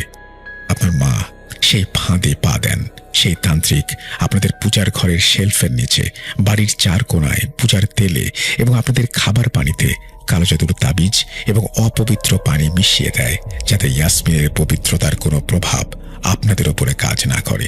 এভাবে ইয়াসমিন যখন তার শক্তি হারিয়ে ফেলে, তখন তারা মারিদ জিনকে ইয়াসমিনের ওপর ছেড়ে দেয়।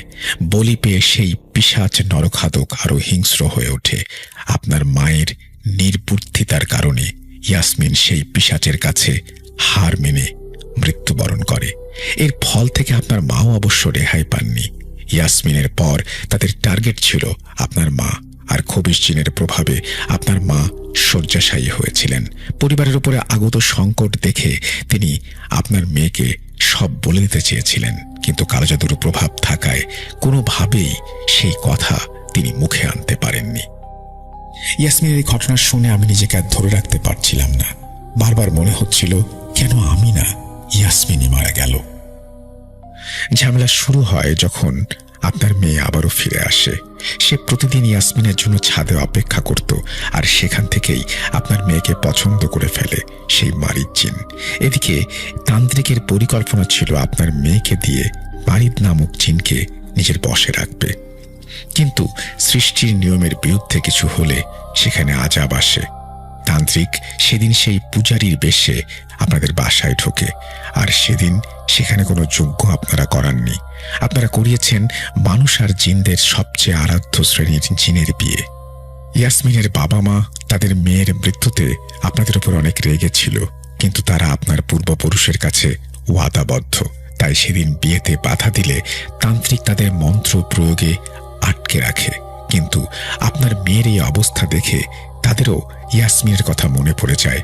তাই তারা অনেক কষ্টে কোনোভাবে তান্ত্রিককে হত্যা করে এবং একটা বিপদ থেকে আপনাদের রক্ষা করে। হুজুরের মুখে সব কথা শুনে আমি আর বাবা আকাশ থেকে পড়লাম। আমাদের নিজের রক্ত আমাদের সাথে এমন করলো, আর আমাদের ভুলের কারণে একটা নিরপরাধ প্রাণ চলে গেল। আসলে দুনিয়ায় এমন কিছু মানুষ থাকে যারা চলে গেলে প্রকৃতি উৎসব করে তাদের জন্য, আর কোনো হাত প্রার্থনা দোয়ার জন্য ওঠে না, ওঠে কেবল অভিশাপ আর লাঞ্ছনা। কথাগুলো বলে হুজুর বাবার দিকে তাকিয়ে বললেন, মজুমদার সাহেব, আমাদের কিন্তু অনেক কাজ, আর আপনার মেয়ে, তাকে করতে হবে আসল কাজগুলো। আল্লাহ মুসলমানদের জন্য জাদুবিদ্যা এবং জিনদের সাথে যোগাযোগ নিষিদ্ধ করেছেন। বাম দিকে খালি একটা জায়গা দেখিয়ে তিনি বলেন, আর নিশ্চয়ই জিনদের জন্য নিষিদ্ধ করেছেন মানব দেহে প্রবেশ করাকে। আসলে এতক্ষণ হুজুরের কথাগুলো এত মনোযোগ দিয়ে শুনছিলাম যে কখন ইয়াসমিনের মা বাবা সেখানে এসে উপস্থিত হয়েছেন খেয়ালই করিনি। আমার দিকে তাকিয়ে হুজুর বলে ওঠেন, ইয়াসমিনের দেয়া সেই হলুদ কাপড় ব্যবহার করার সময় এসেছে, তুমি প্রস্তুত তো? বাবা একটু বিব্রত হয়ে জিজ্ঞেস করলেন, আর কি কোনো উপায় নেই এর থেকে বের হওয়ার? হুজুর বললেন, উপায় আছে, তবে তার জন্য আপনার আর আমাকে আমাদের ধর্মকে উপেক্ষা করতে হবে, যা আমরা কেউ চাই না। একথা বলে হুজুর বাইরে চলে গেলেন এবং পাশের রুমে সবাইকে ডেকে বিভিন্ন আয়াত এবং সূরা পাঠ করতে বললেন। ফিরে এসে তিনি আমার হাতে একটি তাবিজ বেঁধে দিলেন আর বললেন, আল্লাহ আমাকে এই পাপের জন্য ক্ষমা করুক। আমাকে এই নিষিদ্ধ কাজ করতে হচ্ছে কারণ আমার কাছে আর কোনো উপায় নেই। এই কথা বলে তিনি আমার হাত থেকে সেই কাপড়টি খুলে নিয়ে কি যেন পরে একটা পানির গ্লাসে ফেলে দিলেন। সাথে সাথে যেন ইমাম সাহেবের বাড়ির পরিবেশ জ্যোৎস্না রাত থেকে অমাবস্যায় পরিণত হলো। যাদের হুজুর বাড়ির চারিদিকে কোরআন তেলাওয়াতের জন্য বলেছিলেন, তাদের মধ্যে শুধু একজন পাঠ চালিয়ে গেলেন। ততক্ষণে আমার মাথা চক্কর দিতে শুরু করেছে, আমি মাটিতে পড়ে গেলাম। পরের ঘটনা আমি শুনি আমার বাবার কাছ থেকে। আমি অচেতন হবার পর হুজুর আর আমার ভেতরে থাকা জিনের কথোপকথন। হুজুর আমাকে সে সাহায্যের জন্য বলেছিল, আর আপনি আমাকে দিয়ে আরেকজনের শরীরে প্রবেশ করালেন। আপনার কি আল্লাহর ভয় নেই? হুজুর আমার ভেতরে থাকা জিনকে ধমকের সুরে বললেন, আমাদের এত সময় নেই, আমরা ভুল ঠিক পরে আলোচনা করব। এখন আমাদের প্রধান কাজ হলো 4টি প্রাণ বাঁচানো। তাই আমাকে আরো পাপ করানোতে বাধ্য না করে তাড়াতাড়ি বলো যে তোমরা কোন পদ্ধতি অবলম্বন করে এই পরিবারের উপরে কালো জাদু করেছ এবং সামগ্রীগুলো কোথায় লুকিয়ে রেখেছ। চালান, বলিদান, আহুতি, লালসা কি নেই সেই পদ্ধতিতে? আমি এগুলো বলছিলাম একটা একটা করে, আর আমার গায়ে আঁচড় কাটছিলাম। হুজুর আমি এই 2 জাদু ভাঙতে পারবো না, কিন্তু আপনাকে বলতে পারবো যে সামগ্রীগুলো কোথায় আছে। হুজুর বললেন, আমিন। তৎক্ষণাৎ আমি জ্ঞান ফিরে পেলাম এবং আশ্চর্যজনকভাবে আমি মনে করলাম যে কোথায় কোন সামগ্রী লুকানো, বাঁশঝাড়ের মধ্যে, গাব গাছের ডালে ঝোলানো, আমাদের পুকুরের ঘাটের সাথে বাঁধা, আর আমাদের বাড়ির ঠাকুর ঘরের শেলফের নিচে মোট 11টি পোটলা বের করা হলো। প্রতিটি পোটলাতে একটি করে জং ধরা তাবিজ, মোরগের কাটা মাথা, গীতা, বাইবেলের কিছু অংশ। শেষ পোটলাটি নিজের কাছে রেখে হুজুর 11টি পোটলা এবং লেখাগুলো মাটিতে পুঁতে ফেললেন এবং বাকি জিনিসগুলো পুড়িয়ে ফেললেন। এরপর ইয়াসমিনের বাবা বলে উঠলেন, সে আসছে। হুজুর আমাদের নিয়ে ইমাম সাহেবের বাড়িতে ফিরে আসলেন এবং সব দরজা লাগিয়ে দিলেন। আমাদের চারিদিকে কিছুক্ষণ সম্মিলিত কণ্ঠে কুরআন তেলাওয়াত ভেসে আসলো। এরপর সব নিশ্চুপ। আমরা যেন আমাদের নিঃশ্বাসের শব্দটাও শুনতে পাচ্ছিলাম। হঠাৎ চারিদিক থেকে সেই পরিচিত দুর্গন্ধ আর বিকট হাসির শব্দ আসতে লাগলো। ইয়াসমিনের বাবা বলতে লাগলেন, আল্লাহ আপনাদের দীর্ঘ হায়াত দিক। এই বলে তিনি ধোঁয়ায় মিলিয়ে গেলেন। পাশে থেকে হুজুর তার শিষ্যদের জাগিয়ে বিশেষ কিছু আয়াত পড়তে লাগলেন এবং একটি মোমবাতি জ্বালিয়ে ইমাম সাহেবকে কি যেন দিয়ে আসতে বললেন। আর বাড়ির সামনে থেকে একটা আওয়াজ আসতে লাগলো, তোরা কেন আমাদের বাধা দিচ্ছিস? আমাদের আহ্বান করা হয়েছে, আমরা ওকে নিয়ে যাব। ইয়াসমিনের বাবার কণ্ঠটা যেন কিছুক্ষণ পরেই নিস্তেজ হয়ে আসলো।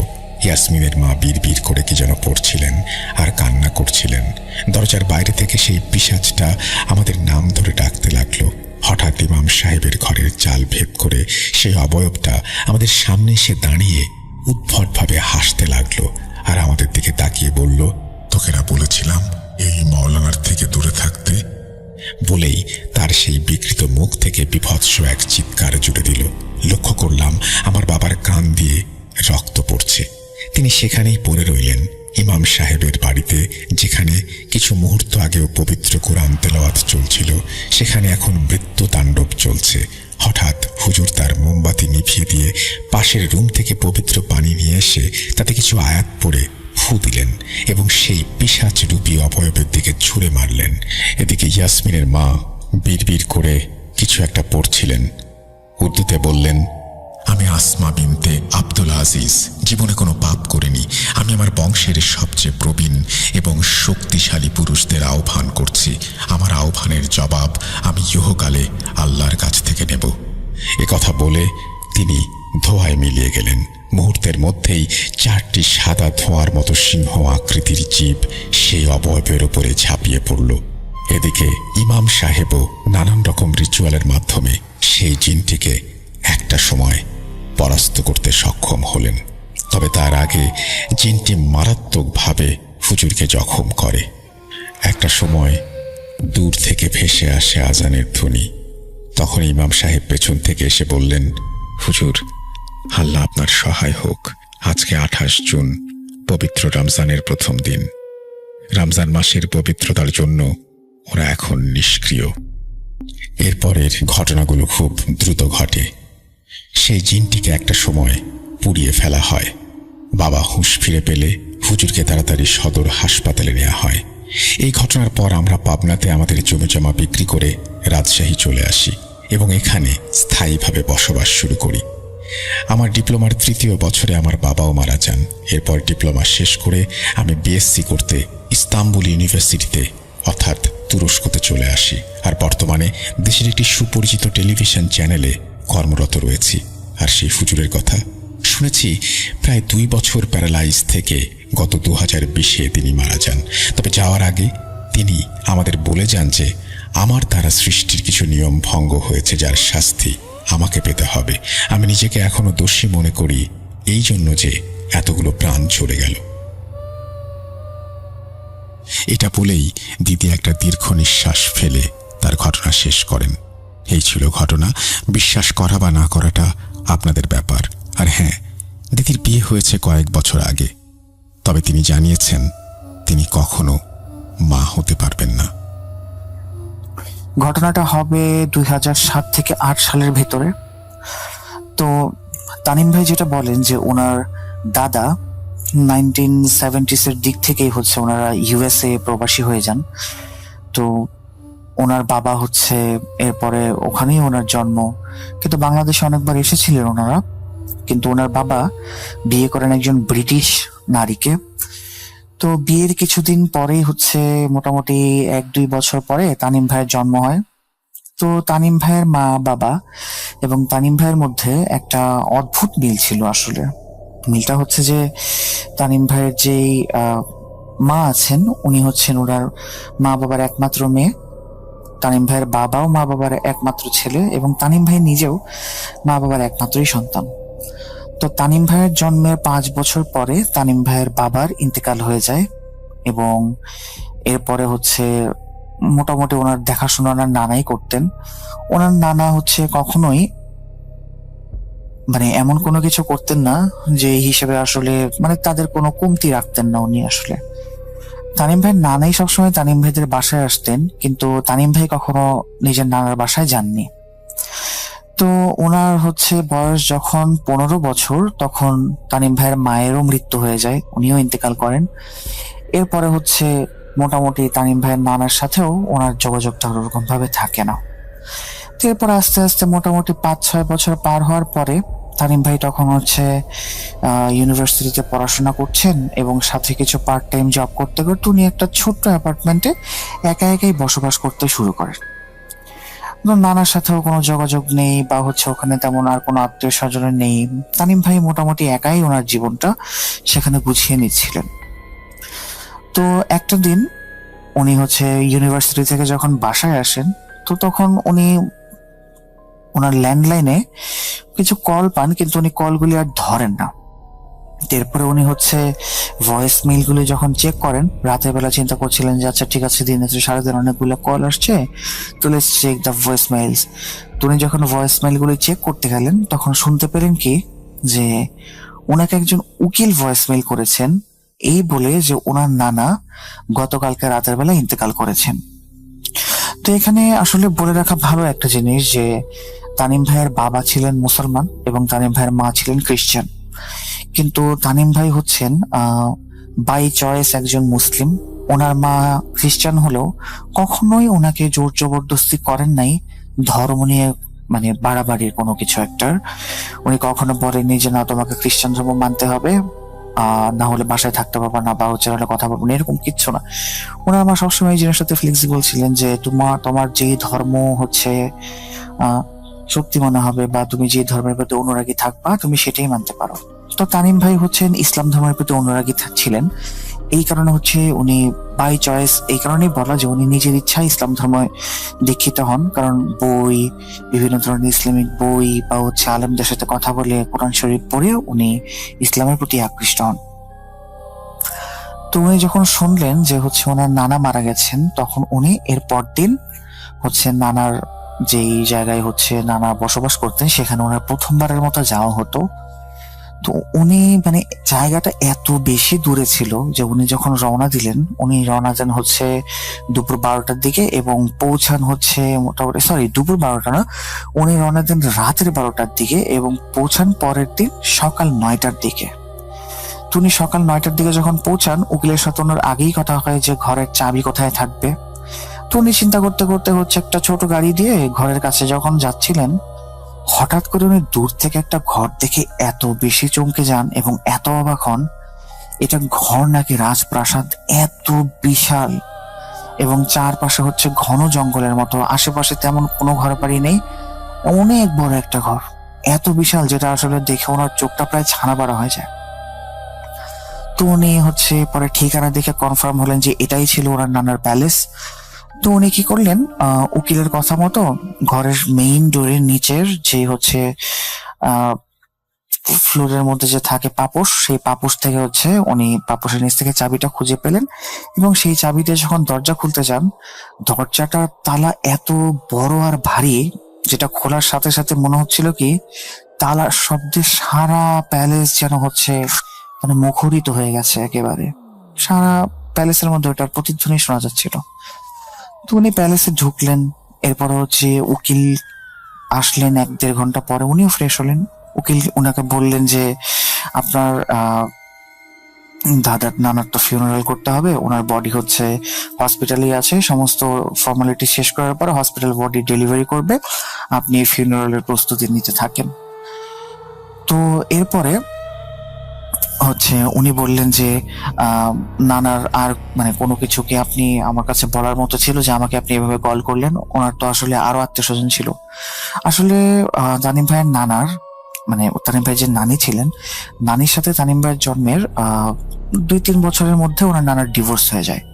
তো সেই ক্ষেত্রে আসলে তানিম ভাই বলেছিলেন যে ওনার তো আরো আত্মীয় স্বজন আছে, কিন্তু উকিল বলে কি যে না, উনি আর কাউকে কোনো কিছু বলতে নিষেধ করেছিলেন এবং উনি এই যে ওনার প্রপার্টিটা, এই বাড়িটা, এটা আপনার নামে করে দিয়েছেন। তো তামিম ভাইকে সেটা অবাক হয়ে যান যে আমার নামে কেন করলো, আমি তো ভাবছিলাম যে এই ঘরটা উনি ট্রাস্ট মানে বা হচ্ছে কোনো ডোনেশন বা ট্রাস্টে দিয়ে দিবেন, আমার নামে দিল কি কারণে? উনি ভাবছিলেন এটা। এরপরে উকিল বললেন কি যে আপনাকে এখন এখানে হচ্ছে আপনি ভার্সিটি থেকে ছুটি নিয়ে নেন মোটামুটি 1-2 সপ্তাহের, কারণ 1-2 সপ্তাহের মধ্যে আপনাকে এখানে থাকতে হবে কোর্ট ভেরিফিকেশনের জন্য। কোর্ট থেকে ভেরিফিকেশন করার জন্য যখন ইন্সপেক্টর আসবে তখন আপনার এই বাসায় থাকাটা খুবই জরুরি। উনি চিন্তা করলেন যে হ্যাঁ, আমি তো ভার্সিটি থেকে অলরেডি 1 সপ্তাহ ছুটি নিয়ে আসছি, কারণ উনি আসার আগে ভার্সিটিতে মেইল করেছিলেন 1 সপ্তাহ ছুটির জন্য। উনি বললেন কি আচ্ছা 1 সপ্তাহের মতো থাকি, যদি আরো বেশি এক্সটেন্ড করতে হয় তাহলে পরে আবার মেইল করে জানানো যাবে। তো উকিল চলে গেলেন। উনি হচ্ছে একটা ফিউনারাল যারা করে আর কি, মানে যে কিছু কিছু কোম্পানি আছে যারা ফিউনারাল ম্যানেজমেন্ট করে, তো উনি একজন ফিউনারাল ম্যানেজমেন্টের নাম্বারে ফোন করলেন এবং বললেন যে হচ্ছে ওনার একটা ফিউনারাল করতে হবে। তো দুপুরের দিকে মোটামুটি ওনার নানার বডি চলে আসে এবং ফিউনারালের জন্য রেডি হয়। তো ফিউনারাল যখন হচ্ছিল তখন ওনার নানার বিভিন্ন বন্ধু বান্ধব বা হচ্ছে আর অনেক এলাকার নেইবার, দূর দূরান্তের যারা নেইবার ছিল বা পরিচিত লোক সবাই চলে আসেন ফিউনারালে। তো আস্তে আস্তে ফিউনারাল শেষ হয়, সন্ধে হয়। সন্ধ্যের পরে হচ্ছে তানিম ভাইয়ের সাথে ওনার নানা কয়েকজন বন্ধু বান্ধব মিলে বসে বসে কথা বলছিলেন, কিন্তু আস্তে আস্তে ওনাদের থাকার সময়টাও না শেষ হয়ে যায়। যখন ওনারা সবাই হচ্ছে সেখান থেকে চলে যান তখন তানিম ভাইয়ের মনে হচ্ছিল যে আমি কোথায় এসে পড়লাম, এত বড় ঘরের ভেতরে একলা আমি কিভাবে থাকবো। উনি কিছুই বুঝতে পারছিলেন না। আর এদিকে ঠান্ডাও পড়ে গেছে অনেক, মোটামুটি যখন রাত 9টা বেজে গেছে তখন মোটামুটি ভালো ঠান্ডা পড়ে গেছে, প্লাস হচ্ছে কুয়াশা মোড়া অবস্থা একটা। উনি যখন ঘরের ভেতরে গেলেন, ঘরের হল রুমে গেলেন, তখন সেখানে দেখলেন কি একটা বড় ফায়ার প্লেস, যেখানে ওনার নানা আসলে অ্যাকচুয়ালি ফায়ার জ্বালাতেন। আহ, যখন সোফাতে বসতেন ফায়ার প্লেসের ঠিক পাশেই ছিল মানে একটা সোফা, কিন্তু এই সোফাটা বাড়ির অন্যান্য ফার্নিচারের থেকে অনেকটাই আলাদা ছিল। মোটামুটি রাজকীয় একটা ভাব ছিল সেই সোফাটার মধ্যে। তো উনি কি করলেন, ফায়ার প্লেসের আশেপাশে যে হচ্ছে লাকড়িগুলো রাখা স্টিক্স, তো ওই স্টিক্স গুলি নিয়ে উনি হচ্ছে ফায়ার প্লেসের ভেতরে দিলেন এবং আগুন ধরিয়ে দিলেন। তো পাশেই হচ্ছে সোফার পাশে একটা রিমোট, সামনে টিভি। উনি হচ্ছে টিভিটা চালু করলেন এবং টিভিটা দেখতে লাগলেন। এরপর উনি চিন্তা করেন আচ্ছা ঠিক আছে, ক্ষুধা তো লাগছে, কিছু খাবার দেখি কি করা যায়। উনি আগেই হচ্ছে দুপুর মানে মোটামুটি সন্ধ্যার আগে দিয়ে উনি হচ্ছে বাজারের থেকে ছোটখাটো কিছু কিনে আনছিলেন, ডিম প্লাস হচ্ছে আরো কিছু যেগুলো ব্রেড, যেগুলো ইনস্ট্যান্টলি বানিয়ে আর কি খাওয়া যায়। তো উনি হচ্ছে পাউরুটি ডিম দিয়ে ভেজে নিয়ে আসলেন হল রুমে এবং সেই সোফায় বসে খাওয়া শুরু করার আগে টিভিটা অন করলেন। তো উনি যখন টিভিটা অন করে দেখছিলেন তখন ওনার হঠাৎ মনে হলো যে ফায়ার প্লেসের সামনে দিয়ে কেউ যেন হচ্ছে শার্ট করে দৌড় দিয়ে চলে গেল। তো উনি শুরুতে বুঝতে পারলেন যে এটা কি হচ্ছে, উনি কিছুটা কনফিউজড হয়ে যান, কিন্তু উনি কোনো প্যানিক করেননি আসলে। এরপর উনি চিন্তা করলেন কি আচ্ছা ঠিক আছে, হয়তো বা আমার মনের ভুল, ব্যাপার না, ইটস ওকে। তো উনি এরপরে কি করলেন, রিমোটটা নিয়ে যখন টিভির চ্যানেলটা চেঞ্জ করতে যাবেন তখন উনি রিমোটটা আর সেই জায়গায় খুঁজে পান না। উনি হচ্ছে সোফার কুশন তুলে দেখেন, টেবিলে দেখেন, সব জায়গাতে মোটামুটি দেখে নেন, কিন্তু উনি রিমোটটা আর খুঁজে পান না। তো উনি এরপরে চিন্তা করেন আচ্ছা ঠিক আছে, খুঁজে যখন পাই না আর খোঁজার দরকার নেই, অনেক রাত হয়ে গেছে, শুয়ে পড়ি। অ্যাকচুয়ালি উনি টায়ার্ডও ছিলেন অনেক, লং একটা জার্নি করার কারণে। তো এরপরে উনি কি করলেন, শোয়ার জন্য উপরের মানে ডুপ্লেক্সের মতো বাসা, তো উপরের একটা রুম উনি সিলেক্ট করলেন, যে রুমটা আসলে মোটামুটি একটু ছোটখাটোই ছিল আর মোটামুটি বেশ পরিষ্কার ছিল, সুন্দর ছিল কিছুটা। তো উনি যখন ডাইনিং রুমের সামনে দিয়ে ডুপ্লেক্সের যে সিঁড়িটা আছে ওই সিঁড়িটাতে যখন উঠতে যাবেন তখন উনি একটা ধাক্কা খানেই দেখে যে টিভি রিমোটটা সেই ডাইনিং টেবিলের উপরে। উনি মানে অবাক হয়ে যান এবং এও চিন্তা করেন যে এটা কিভাবে আসলে এখানে। উনি কোনো লজিক্যাল এক্সপ্লেনেশন আসলে পান না, কিন্তু উনি তারপরেও নিজের মনকে একটা কিছু বলে তো সান্ত্বনা দিতে হবে, কারণ ওনাকে তো এখানেই সারা রাত থাকতে হবে। তো উনি কি করলেন, নিজেকে একটা কথা বলে সান্ত্বনা দিলেন কি যে হয়তো বা আমি পানি টানি নেওয়ার জন্য যখন আসছিলাম তখন হয়তো বা রেখে গেছি রিমোটটা। যাই হোক, উনি সেদিকে আর কর্ণপাত করলেন না। এরপর উনি চলে গেলেন কি ওনার রুমে। তো উনি যখন রুমে চলে গেলেন উনি মোটামুটি সারা রাতি সুন্দর মতো ঘুমান, কিন্তু একটা পর্যায়ে কি হয়, মোটামুটি যখন 3টা কি 4টে এরকম টাইম হবে তখন ওনার ঘুমটা ভেঙে যায়। এমন মনে হচ্ছিল যে বাহিরে যে ডুপ্লেক্স বাসার নিচের যে তলা সেখানে কেউ দৌড়াদৌড়ি করছে, আর ঘটনা হচ্ছে যে বাসাটা ছিল, ফ্লোরটা ছিল উডেন ফ্লোর। তো কেউ যখন অত্যাধিক দৌড়াদৌড়ি করে উডেন ফ্লোরে কিন্তু অনেক মানে বিকট একটা সাউন্ড হয়। তো এটা আসলে ওনাকে খুবই বদার করছিল। উনি ভাবলেন কি হয়তো বা বাসায় কোনো চোর এসেছে। ওনার বিছানার পাশে একটা লাঠি ছিল, ওনার নানুর ব্যবহৃত মনে হয়। তো ওই লাঠিটা উনি উঠালেন, উঠিয়ে কি করলেন, ঘরের ভেতর থেকে চিৎকার করে বলে উঠলেন যে আমার হাতে কিন্তু গান আছে। সো তুমি যদি যেই আসছো বাসার ভেতরে যদি চলে না যাও তাহলে কিন্তু আমি গান চালাবো। তো ওনার কথা কিছুটা কাজও হলো। উনি দেখলেন কি যে বাইরের শব্দটা আসলে থেমে গেছে। তো বাইরের শব্দটা থেমে যাওয়ার পরে উনি রুম থেকে আস্তে আস্তে বের হতে শুরু করলেন।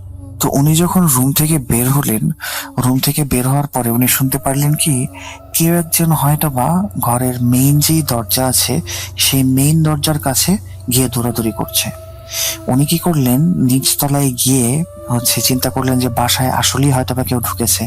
এই চিন্তা করে উনি ওনার ল্যান্ডলাইন থেকে পুলিশকে ফোন করলেন।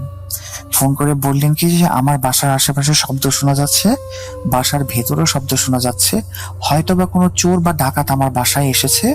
আমি যদি আর 10 মিনিটের মধ্যে কল না করি আপনাদেরকে তাহলে আপনারা আমার লোকেশনে ফোর্স পাঠিয়ে দিবেন। তো এই কথা বলে উনি ফোনটা রেখে আশেপাশে একটু দেখতে শুরু করলেন। যেই রুমে যাচ্ছেন সেই রুমের লাইটই তানিম ভাই অন করে দিচ্ছেন। তো আস্তে আস্তে দেখলেন কি যে শব্দটা ডাইনিং রুম থেকে আসছে। উনি যখন ডাইনিং রুমের নিচের দিকে দেখলেন তখন দেখলেন কি যে ডাইনিং রুমের ওয়ালের সাথে ছোট্ট একটা দরজা বানানো, one kind of A cat door. US বা আপনার লন্ডনের দিকে যেই বাসাগুলি বড় বড় বাসা থাকে ওরা মোটামুটি বিড়াল পছন্দ করার কারণে কেউ কেউ নিজেদের বাসায় ক্যাট ডোর ছোট ছোট বানিয়ে রাখে, বিড়াল যেন নিশ্চিন্তে বেরিয়ে যেতে পারে আবার আসতে পারে এই জন্যে। তো উনি ভাবলেন কি যে যাক শান্তি পাইলাম, যে মানে কোনো ধরনের কোনো মানুষ নাই ঘরের ভেতরে, হয়তো বা কোনো বিড়াল বা ছোট ইঁদুর জাতীয় কোনো কিছু একটা ঢুকেছিল। এই চিন্তা করে উনি মনে কিছুটা শান্তি পেলেন। এবং এরপর উনি কি করলেন, পুলিশকে ফোন দিয়ে বলে দিলেন যে আমার বাসার আশেপাশে আসলে বিড়াল টিড়াল ছিল, তো ওটারই সাউন্ড হয়েছে, আসলে এমন কোনো সমস্যা নাই, সো আপনাদের কাউকে পাঠাতে হবে না। এই কাহিনী শেষ করে উনি সেদিনের মতো ঘুমিয়ে গেলেন ওনার রুমে গিয়ে। তো সকালবেলা যখন ওনার ঘুম ভাঙলো তখন উনি ঘুম থেকে উঠে যেটা দেখলেন সেটা যে ওনার বালিশের উপরে মেয়ে মানুষের গোছা ধরা চুল। কিন্তু উনি এটা কোনোভাবেই বিশ্বাস করতে পারছেন না, কারণ ওনার নিজের মাথার চুল ছিল একেবারেই ছোট, বলতে গেলে টাক মাথায়। এবং আরেকটা জিনিস যে উনি শোয়ার আগে রুমটাকে খুব সুন্দর করে ঝাড়ু দিয়ে শুয়েছিলেন। তো এই চিন্তা করে যে এত চুল, মেয়ে মানুষের মাথার চুল কোত্থেকে আসলো, তাও একটা দুইটা চুল আসলেও বোঝা যায় যে হয়তো বা কোনো জায়গা থেকে উড়ে এসছে, কিন্তু এতগুলো চুল কিভাবে আসলো উনি মানে কোনোভাবেই এটার কোনো ইয়ত্তা খুঁজে পাচ্ছিলেন না। এরপর উনি কি করলেন, এই চিন্তা বাদ দিয়ে চিন্তা করলেন চাচা ঘরটাকে পরিষ্কার করা যাক। উনি ঘরটাকে পরিষ্কার করলেন, সবকিছুই করা হলো। তো এরপরে কি উনি ওনার উকিল সাহেবকে ফোন করে বললেন কি যে আমার কি এখানে আসলেই থাকা উচিত কিনা, মানে কেন থাকতে হবে আমার এখানে। উকিল বললেন কি যে আপনাকে আপাতত কিছুদিন থাকতেই হবে, কারণ ওই যে কোর্টের ভেরিফিকেশনের কথা বললাম, ইন্সপেক্টর আসলে আপনাকে যদি এখানে না পায় তাহলে সমস্যা আছে। তো উনি এরপরে কি করলেন, ওনার কয়েকজন বন্ধু বান্ধবকে ফোন করলেন, ফোন করে বললেন কি যে তোমরা কি আমার বাসায় এখানে আসবা কিনা। ওনারা বললেন ঠিক আছে, সমস্যা নেই, লোকেশন বলো। উনি যখন লোকেশন বললেন তখন ওনারা কেউ আর রাজি হলেন না। ওনারা বললেন না ভাই, সম্ভব না, অনেক দূরে, আর আমাদের সকালবেলা উঠে ভার্সিটি যেতে হবে, সুতরাং আমরা আসতে পারবো না, সম্ভব না ভাই। তো উনি কিছুটা মনোক্ষুণ্ণ হলেন, প্লাস মন খারাপও করলেন। আসলে মনোক্ষুণ্ণ হওয়ার কিছু নাই, কারণ আসলেই অনেক লম্বা একটা জার্নি, ওদেরও তো কাজ ছিল। তো সেদিন রাতের বেলা উনি যখন ঘুমালেন, উনি ঘুমানোর পরে মোটামুটি সেদিন আর কোনো কিছুই হয় নাই, খাওয়া দাওয়া করে উনি একটু মোটা ঘুমিয়ে গেলেন। তো কোন সময় এবং কি কারণে ওনার চোখ খুললো সেটা উনি বলতে পারেন না। উনি চোখ খুলে দেখেন ওনার রুম একেবারে জম অন্ধকার, এত বেশি অন্ধকার আসলে নিজের হাতও সামনে দেখা যাচ্ছে না এমন। অথচ তানিম ভাই এমন একজন মানুষ যিনি কখনোই রুম অন্ধকার করে ঘুমান না, সবসময় ওনার রুমের মধ্যে কোনো না কোনো লাইট জ্বলতে থাকে। তো উনি কি করলেন, ওনার কিছু করার নেই আসলে, কারণ ওনার কাছে তখন না মোবাইল ফোন ছিল না কোনো টর্চ লাইট ছিল। এই কারণে উনি কি করলেন, উঠলেন, উঠে হাতের আন্দাজে এবং পায়ের আন্দাজে হাঁটতে হাঁটতে লাইটের সুইচের দিকে যাচ্ছিলেন। উনি ভাবছিলেন কি হয়তোবা লাইটের সুইচ কি কেউ বন্ধ করলো কিনা, এরকম উদ্ভট চিন্তা আসছিল ওনার মাথায়। তো উনি যখন প্রায় সুইচ বোর্ডের কাছে পৌঁছালেন, ওনার হাতে কিছু একটা স্পর্শ হলো। উনি বুঝতে পারলেন যে রক্ত মাংসে গড়া কোনো মানুষকে উনি টাচ করেছেন, এবং যখন একটু উপরের দিকে হাত দিলেন তখন উনি সেই মানুষটার কাঁধ ফিল করতে পারলেন, কিন্তু অনেকটা উপরে, অনেকটা উঁচা, লম্বা তার থেকে, এবং লম্বা লম্বা চুল ফিল করতে পারলেন। এইটা যখন উনি ফিল করলেন, উনি চিৎকার দিয়ে এক দৌড়ে বিছানায় এসে শুয়ে পড়লেন, এবং মাথার উপরে কম্বল দিয়ে উনি যত দোয়া দরুদ জানেন সব পড়তে শুরু করলেন। উনি যখন দোয়া দরুদ পড়ছিলেন তখন সেই ব্যক্তিটা ঘরের ভেতরে যেটা ছিল, পুরুষ বা মহিলা উনি বুঝতে পারেনি তখন, বাট লম্বা লম্বা চুল ছিল, এই ব্যক্তিটা উডেন ফ্লোর দিয়ে চারপাশে যে হাঁটছে এবং হাঁটার যে শব্দ, সেই শব্দটা মনে হচ্ছিল তানিম ভাইয়ের কানে যেন কিয়ামত সৃষ্টি করছে। মোটামুটি প্রায় 20-25 সেকেন্ড এই শব্দটা ছিল। এর মাঝখানে উনি যত দোয়া কালাম জানতেন সব পড়ছিলেন। 20-25 সেকেন্ড পরে উনি যখন একটু চোখটা খুললেন তখন কম্বলের উপরে আলো দেখতে পেলেন। উনি যখন কম্বল থেকে মুখটা সরালেন তখন দেখলেন কি যে অলরেডি মোটামুটি লাইট চলে এসছে। তো এরপরে ওই রাত উনি আর ঘুমান না, উনি দোয়া কালাম পড়তেই থাকেন সারা রাত। যখন ভোরের আলো ফোটে, চারপাশ যখন পরিষ্কার হয়, জানালা খুলে দিয়ে উনি ওনার রুমে একটু ঘুমান। তো ঘুমানোর পরে মোটামুটি 9টার দিকে ওনার কলিং বেল আসে। তো বেল আসার পর উনি যখন ঘুম থেকে উঠে কে বেল দিল এটা রেসপন্স করতে যান, তখন দেখেন কোর্ট থেকে ইন্সপেক্টর এসেছেন ভেরিফিকেশন করার জন্য। তো কিছু ইম্পর্টেন্ট ডকুমেন্টস সাইন করান ওনাকে। সাইন করানোর পরে তানিম ভাই জিজ্ঞেস করেন যে আমার কি আজকে তাহলে যেটা সাইন করা শেষ, আমি কি যেতে পারি এখন? তো ইন্সপেক্টর বললেন কি যে না, এখনই না, আমি তো আজকে সাইন নিয়ে গেলাম, বাট কালকে আরো কিছু ডকুমেন্ট আপনার সাইন লাগবে, তো আপনাকে আজকের দিনটা অন্তত স্টে করতে হবে। এই কথা শুনে তো ওনার আসলে মনে হয় মাথায় বাজ পড়লো যে আমাকে আরেকটা দিন বা আরেকটা রাত এখানে স্টে করতে হবে, কিভাবে সম্ভব, আমি পারবো না। তো উনি তখন ইন্সপেক্টর আর কিছু বলেন নাই, কিন্তু ঘরের ভেতরে যাওয়ার সময় উনি এটাও চিন্তা করছিলেন যে গত আগের দিন রাতের বেলা যখন উনি শুইলেন, সকাল ওঠার পরে যেরকম চুল পেয়েছিলেন, আজকেও ঠিক একই রকম ভাবে চুলের গোছা ছিল তার বালিশের উপরে।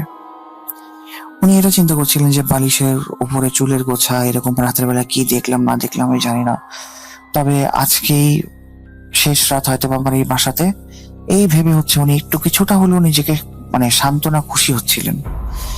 তো রাতের বেলা যখন উনি মোটামুটি প্রায় রান্না করা শুরু করলেন, সন্ধ্যার পর থেকে এমন একটা পরিবেশ, গোমট পরিবেশ, চারপাশে অন্ধকার, ঝিঝি পোকার ডাক, কিরকম একটা ফগ, কুয়াশা, ঠান্ডা। উনি রান্না করছিলেন, ওনার মনে যেন ভয় একবারে গেঁথে বসছে। হঠাৎ করে উনি ওনার কানে শুনতে পেলেন কি চার্চের বেল বাজার শব্দ। উনি চার্চের বেলের শব্দ কিভাবে বুঝলেন? কারণ ওনার মায়ের সাথে উনি কয়েকবার চার্চের আগে গিয়েছিলেন, কিন্তু আশেপাশে তো চার্চ নাই, তাহলে বেল কোত্থেকে বাজতেছে? এই কথা চিন্তা করে উনি কি করলেন, বাসার চারপাশে ঘুরতে শুরু করলেন। হঠাৎ করে উনি শুনতে পেলেন কি বেসমেন্টের ডোরের ভেতর থেকে চার্চের বেলের শব্দটা আসছে। উনি বেসমেন্টের ডোরের দিকে যখন যান, তখন দেখেন সেখানে লম্বা একটা তালা ঝোলানো, বড় একটা তালা, এবং বেসমেন্ট থেকে বাহিরে যাওয়ার বা বাহির থেকে বেসমেন্টে আসার আর কোনো রাস্তা ছিল না। তাহলে বেসমেন্টের ভেতরে ঘন্টা কে বাজাচ্ছে? উনি ঘন্টার শব্দ বেসমেন্টের দরজাতে কান লাগিয়ে শোনার পরে ভয়ে সেখান থেকে দূরে সরে আসেন। কিছুক্ষণ পর উনি দেখেন কি বেসমেন্টের দরজাতে কেউ হয়তোবা ভেতর থেকে নক করছে। এটা শুনে ওনার যেন আত্মাই বেরোয় যাওয়ার মতো অবস্থা। উনি চিন্তা করছিলেন আমার এখন যদি স্ট্রোকই হয়ে যায় কিনা, বুঝতে পারছি না। তো হঠাৎ করে দেখলেন কি মহিলা মানুষের একটা ছায়া বেসমেন্টের দরজা থেকে বেরিয়ে রান্নাঘরের দিকে চলে গেল। উনি কিছুক্ষণ সেখানে স্টিল দাঁড়িয়ে থেকে রান্নাঘরের দিকে পা বাড়ালেন। উনি রান্নাঘরে ঢুকে উকি দিতেই দেখেন একটা মহিলা ওনার সামনে দাঁড়িয়ে আছে, ওনার দিকে পিঠ দিয়ে। তো উনি মহিলাটাকে দেখার চেষ্টা করলেন। যখন উনি আরেকটু সামনে গেলেন, মহিলাটা যখন তানিম ভাইয়ের দিকে ফিরলেন, উনি মহিলার চেহারা দেখে একেবারেই অবাক হয়ে যান এবং অনেক বড় একটা শক খান, যেটার জন্য উনি অ্যাকচুয়ালি রেডি ছিলেন না। উনি দেখলেন মহিলার চেহারাটা একেবারে সাদা এবং চেহারাতে না কোনো চোখ আছে, না কোনো নাক আছে, না কোনো ঠোঁট আছে, জাস্ট চেহারার মতো একটা অবয়ব, আর কিছু না। এটা দেখে উনি অজ্ঞান হয়ে যান সেখানেই এবং ওনার ঘুম ভাঙে সকাল 9টা-10টার দিকে বেলের শব্দে, ডোর বেলের সাউন্ডে। তো উনি ডোর বেলের সাউন্ডে বাইরে গিয়ে দেখেন কি যে সেই ইন্সপেক্টর আবার এসেছেন উকিলের সাথে এবং আরো কিছু ডকুমেন্ট সাইন করে নিলেন। উনি তখন ইন্সপেক্টরকে জিজ্ঞেস করলেন যে এখন কি আমি যেতে পারি এই বাসা থেকে? তো ইন্সপেক্টর বললেন হ্যাঁ, এখন আপনি যেতে পারেন, আর যদি যাই করতে চান বাসার সাথে, it's your property, now you can do whatever you want to do with your property, so you don't have to stay here anymore. তো এরপরে তানিম ভাই কি করলেন, সেই টাইমে ব্যাগপত্র গুছিয়ে সেই বাসা থেকে চলে যান। তো এই ঘটনা পরে আসলে তানিম ভাইয়ের সাথে তেমন কিছু হয় নাই, কিন্তু এই ঘটনাটা আসলে তানিম ভাইয়ের ভেতরে ইমানটাকে আরো মজবুত করে দেয়। উনি কোরআন শরীফ পড়লেও সবসময় ভাবতেন যে আসলে জিন কিভাবে হয়, এরকম সাইন্টিফিক যুগে বাস করো যদি আমরা জিন ভূতের কথা বলি, so that means we are uneducated, so it's not something যে জিন ভূত টাইপের কিছু একটা আছে। তো এই ঘটনার পরে ওনার হচ্ছে এই জিনের প্রতি হচ্ছে বিশ্বাস আসে এবং আল্লাহ তাআলার প্রতি ঈমান আরো মজবুত হয় এবং উনি মাশাআল্লাহ এখনো ধর্মের পথেই আছেন এবং ইসলামকে উনি পরিপূর্ণভাবেই গ্রহণ করেছেন। তো এটাই ছিল হচ্ছে তানিম ভাইয়ের পাঠানো ঘটনা। আশা করি আপনাদের ভালো লেগেছে। তো ঘটনার শুরুতে শাহিদা আপু সম্পর্কে কিছু তথ্য আপনাদেরকে দেওয়া রাখ। শাহিদা আপুরা ছিলেন দুই বোন, তারা দুজন ছিলেন যমজ বোন।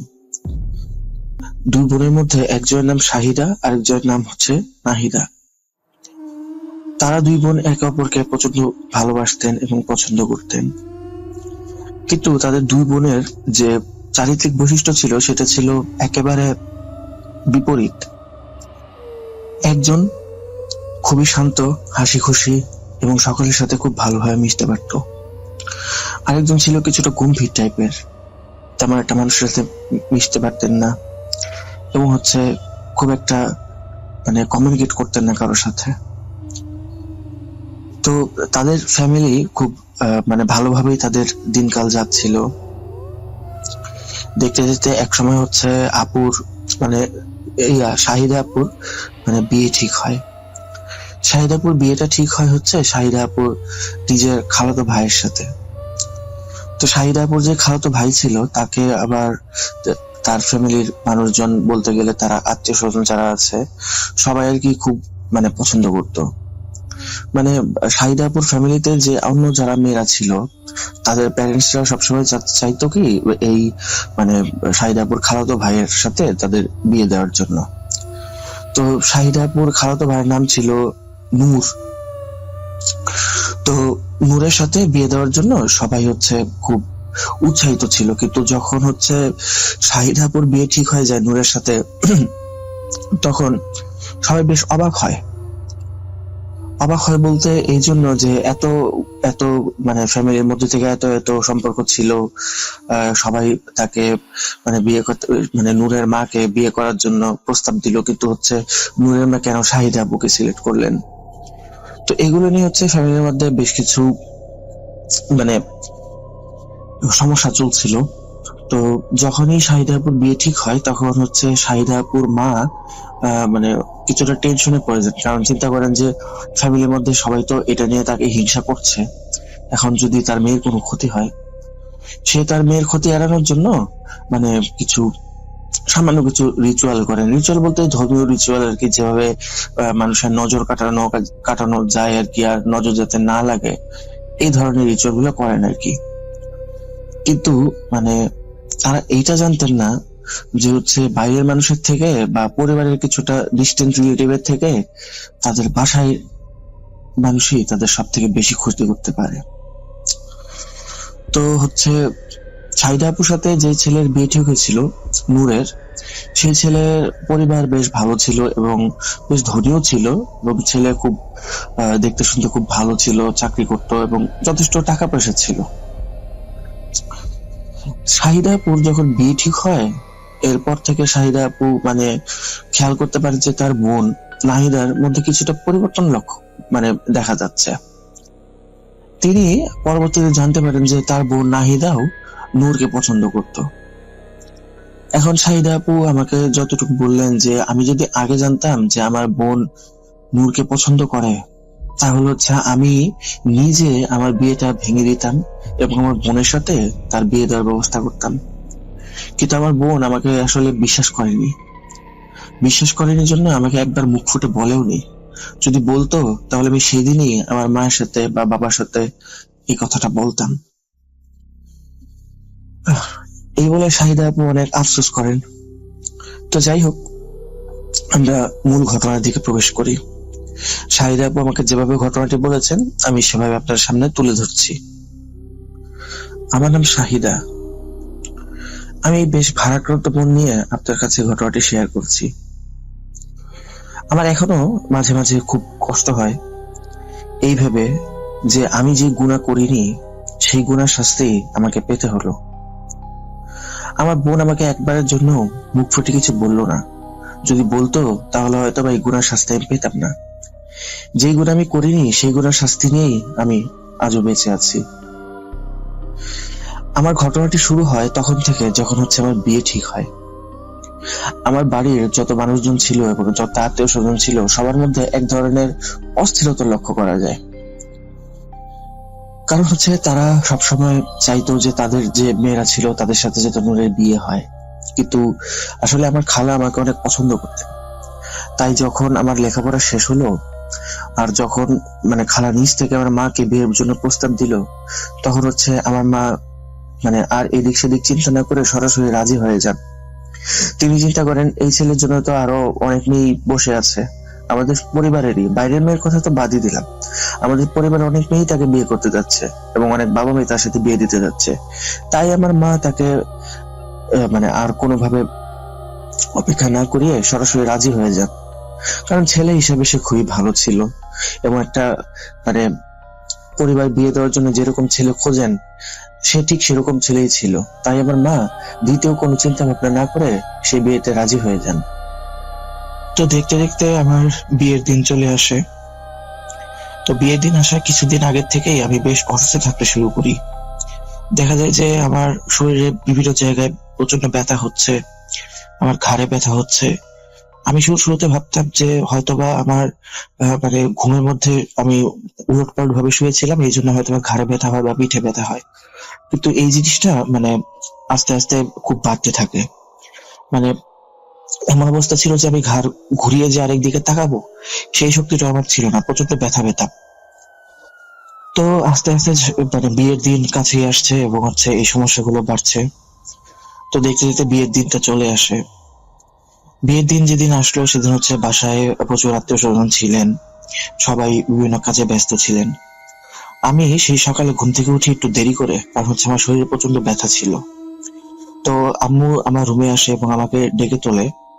আমাকে ডেকে তোলার পর আমি আম্মুকে বলি, আম্মু আমার ঘাড়ে এবং পিঠে, হাতে, পায়ে প্রচন্ড ব্যথা। আম্মু তখন সূরা আপনার 3 কুল পরে হচ্ছে আমার গায়ে ফু দেয়। 3 কুল পরে আমার গায়ে ফু দেওয়ার পর আমি কিছুটা ভালো অনুভব করি। আম্মু তখন আমাকে বলে যে তুমি আয়াতুল কুরসি পড়ো, আর হচ্ছে একটু পর পর নামাজের ওয়াক্তগুলো যেগুলো আছে সেগুলো নামাজ পড়ো, এবং হচ্ছে তোমার শরীরে 3 কুল পরে হচ্ছে 3 কুল 4 কুল পরে যেগুলো আছে সেগুলো পরে হচ্ছে তোমার শরীরটা বন্ধ করো। তো আমি আম্মুর কথা অনুযায়ী কাজগুলো করি। বিয়ের সময় ছিল জোহরের ওয়াক্তের পর। তো আমি নামাজ পড়ে হচ্ছে আমার গায়ে ফু দিয়ে শরীর বন্ধ করে নিই। সেদিন একটি আজব ঘটনা ঘটে। সেটা হচ্ছে যখন আমার রুম গোছানো হচ্ছিল তখন আমার বালিশের নিচ থেকে দুটা লেবু পাওয়া যায়। লেবুগুলোর মধ্যে আপনার কি বলে এটাকে সুই গেঁথে রাখা ছিল। লেবুগুলোর মধ্যে সুই গেঁথে রাখা ছিল এবং হচ্ছে লেবুগুলো ঠিক আমার বিছানার বালিশের নিচেই ছিল, আর লেবুগুলোর রং কিছুটা কালো হয়ে গিয়েছিল। তো আমি যখন আম্মুকে ডেকে দেখালাম যে আম্মু আমার বিছানার নিচে হচ্ছে এরকম লেবু পাওয়া গেছে, তখন হচ্ছে সেখানে আমার দাদি চলে আসে। আমার দাদি এসে তখন আমি দেখি যে আমার দাদির চেহারায় বেশ ভয়ের একটা ছাপ। আমার দাদি আমাকে বলেন যে এই লেবু কেউ হাত দিয়ে ছোবে না, আমাকে ছুতে মানা করে দেন এবং যারা ছিল সেখানে সবাইকে ছুতে মানা করে দেন। তিনি আমার এক খালাতো ভাই ছিল রেহান, তো রেহান ভাইকে ডাকতেন। রেহান ভাইকে ডাক দিয়ে বলেন, তুমি হাতে একটা পলিথিন ব্যাগ নাও, নিয়ে হচ্ছে এই লেবুগুলো ধরে পলিথিনে ভরে ফেলো, সরাসরি লেবুটাকে ধরো না। যখন রেহান ভাই লেবুগুলো নিলেন, তখন দাদি বললেন যে এই লেবুগুলো গিয়ে কোন একটা পরিত্যক্ত পচা পুকুরে ফেলে দিয়ে আসো। আমাদের বাড়ি থেকে বাড়ির আশেপাশে তেমন কোনো পচা পুকুর ছিল না বা পরিত্যক্ত পুকুর ছিল না। মানে বাড়ি থেকে প্রায় 6-7 কিলোমিটার দূরে একটা পুকুর ছিল। তো রেহান ভাই হচ্ছে দাদির কথা মতো মানে তখনই সেই লেবুগুলো নিয়ে ব্যাগে ভরে বের হয়ে যান। বের হয়ে গিয়ে তিনি হচ্ছে সেই পচা পুকুরের কাছে যান, গিয়ে হচ্ছে সেখানে লেবুগুলো ফেলে দিয়ে আসেন। উনি লেবুগুলো ফেলে দিয়ে আসার পর তখন হচ্ছে মানে আমার বিয়ের কার্যক্রম শুরু হয়। তো জোহরের নামাজের কিছুক্ষণ পর প্রায় 2টা বাজবে তখন হয়তোবা, তখন হচ্ছে মানে হুজুর আসেন আমাদের বিয়ে পড়াতে, মানে কাজী সাহেব আসেন আমাদের বিয়েটা পড়ানোর জন্য। তো কাজী সাহেব বাসায় এসে যখন বিয়ে পড়াবেন তার আগে হচ্ছে উনি কিছু মানে দোয়া পড়েন আর হচ্ছে মানে কিছু সূরা পড়েন। উনি সূরা বাকারা পড়ছিলেন আর হচ্ছে সূরা ইখলাস পড়ছিলেন। তো উনি যখন সূরাগুলো পড়েন তখন আমি আমার রুমে বসা অবস্থায় ছিলাম, আমার কানে সূরাগুলো আসছিল। এবং বিশ্বাস করবেন না আপনারা যে আমি সবসময় মানে ছোট থেকে 5 ওয়াক্ত নামাজি, আমার ধর্মের প্রতি প্রচন্ড আকর্ষণ ছিল এবং আমি বেশ পরহেজগার টাইপের একজন মেয়ে ছিলাম বলতে পারেন। মানে বাইরে গেলে বা যেখানেই যাই খুব পর্দা করতাম। আমার ফ্যামিলি থেকে ছোটবেলা থেকে ধর্মের ব্যাপারে খুব মানে স্ট্রিক্ট একটা অবস্থা ছিল, তো আমিও নিজেকে সেভাবেই গড়ে তুলেছিলাম। তো যখন হুজুর সূরাগুলো পড়লেন, আমি জানি না আমার এত অস্বস্তি কেন লাগছিল, কিছুক্ষণের মধ্যে আমি অজ্ঞান হয়ে পড়ে গেলাম। আমি যখন অজ্ঞান হয়ে পড়ে গেলাম তখন হচ্ছে মানে আমার মানে বাসায় যে আত্মীয় স্বজনরা ছিল, মহিলারা যারা ছিল তারা দৌড়ে এলেন আমার দিকে এবং আমাকে হচ্ছে মানে থেকে ফ্লোর থেকে উঠিয়ে আমার বিছানায় রাখলেন। বিছানায় রাখার পর হচ্ছে কাজী সাহেব আসলেন, আসার পরে কিছু জিনিস পড়লেন, পরে আমার গায়ে ফু দিলেন। ফু দেওয়ার পর আমার হচ্ছে জ্ঞান ফিরে আসে। তো আমি যখন অজ্ঞান হয়ে যাই তখন হচ্ছে মানে আমার আত্মীয় স্বজন যারা ছিলেন তাদের মধ্যে অনেকে বেশ খুশি ছিলেন, কারণ আমি আগে বলেছি যে নূরের সাথে অনেক আমার আত্মীয় স্বজনের মেয়েদের বিয়ে দেওয়ার চেষ্টা চলছিল। তো তারা মনে মনে চিন্তা করছিলেন যদি এভাবে এভাবে বিয়েটা ভেঙে যেত তাহলে ভালোই হতো, তাহলে হচ্ছে আমাদের যে কারো মেয়ের সাথে তো নূরের বিয়ে হতো। তারা মনে মনে এই জন্য বেশ খুশি হচ্ছিলেন। তাদের মধ্যে হিংসা ছিল না সেটা আমি বলবো না, তারা ভালো ছিলেন, কিন্তু তাদের মধ্যে এই ব্যাপারটা নিয়ে বেশ হিংসা ছিল। তো আমার যখন জ্ঞান ফিরে আসার পর আমি মানে বেশ কিছুটা সময় বিছানায় পড়েছিলাম, কারণ আমার শরীরে ওঠার মতো কোনো শক্তি ছিল না। তো সেদিন বিয়ের সময় জোহরের ওয়াক্তের পর থাকলেও, জোহরের নামাজের পর থাকলেও বিয়েটা হচ্ছে হয় আসরের ওয়াক্তে গিয়ে। তো আসরের নামাজ পড়ে আমরা হচ্ছে মানে বিয়ের জন্য আবার গিয়ে বসার পর সমস্ত ফর্মালিটিস কমপ্লিট হলে আমাদের বিয়েটা সম্পন্ন হয় আলহামদুলিল্লাহ। এরপর হচ্ছে আমি আমার আমার বাসা হচ্ছে ঢাকায় ছিল তখন, আর হচ্ছে আমার শ্বশুর বাড়ি ছিল কুমিল্লাতে।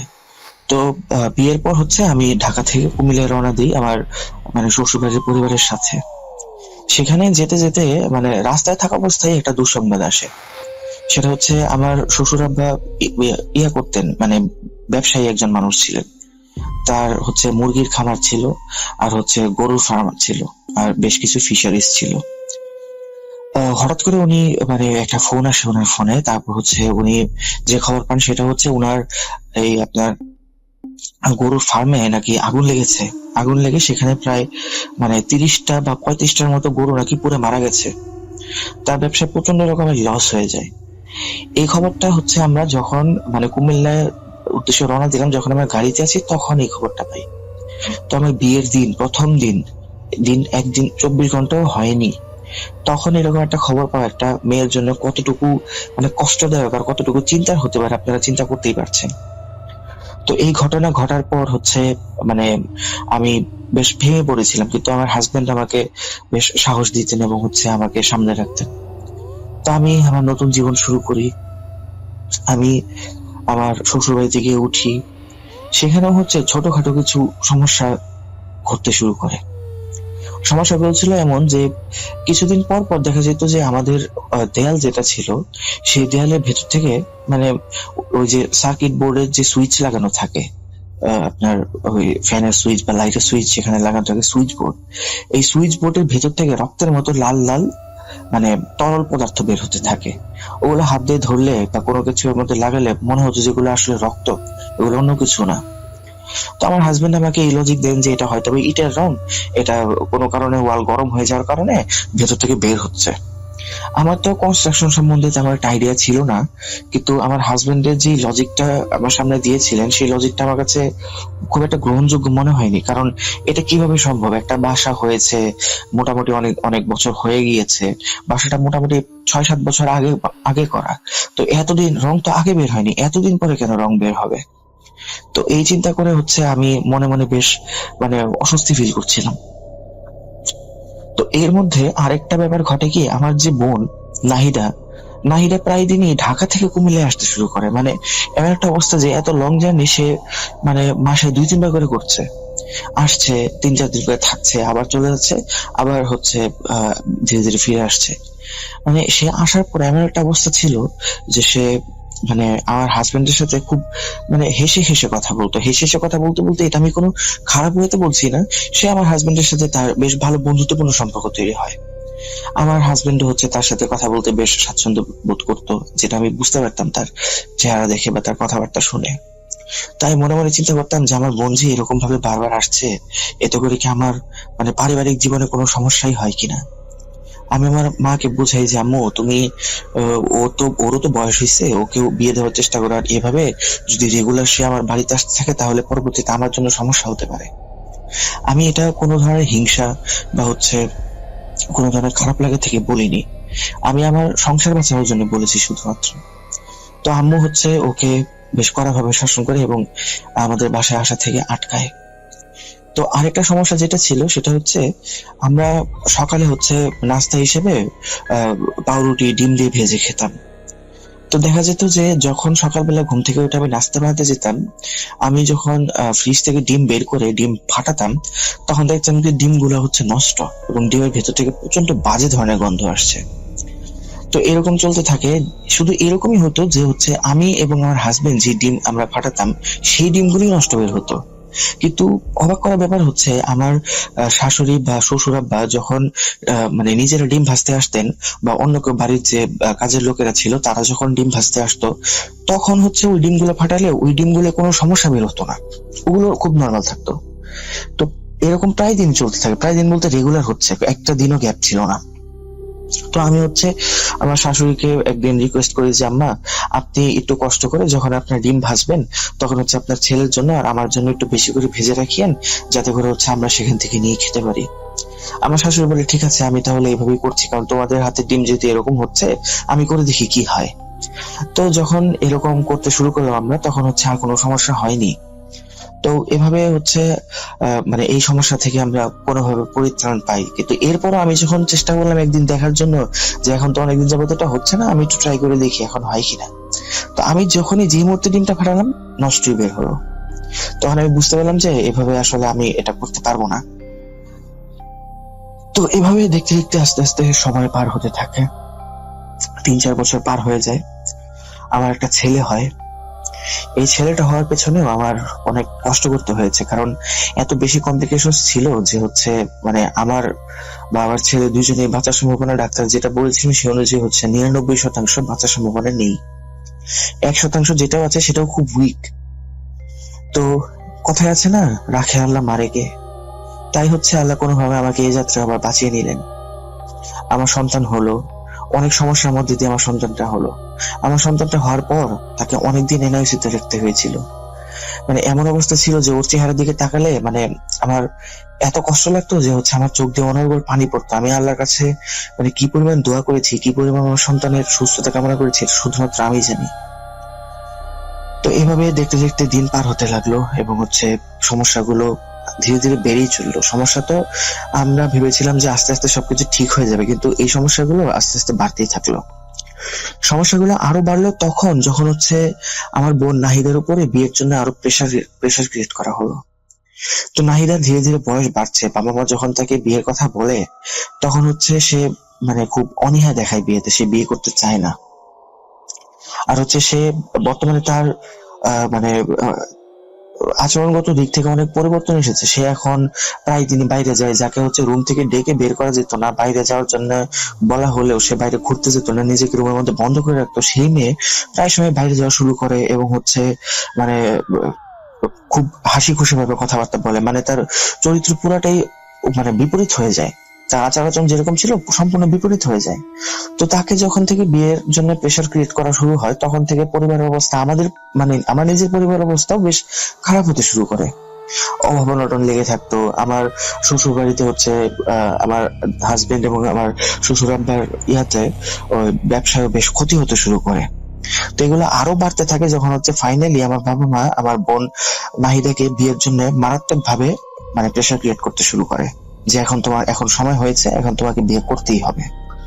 কিন্তু নাহিদা কোনোভাবেই বিয়ে করার জন্য রাজি হচ্ছিল না। তো এর মাঝখানে বেশ কিছু বছর আরো পার হয়। আমার ছেলেটাও একটু বড় হয়, মানে তাকে স্কুলে ভর্তি করে দেওয়ার মতো বড় হয়ে যায় সে।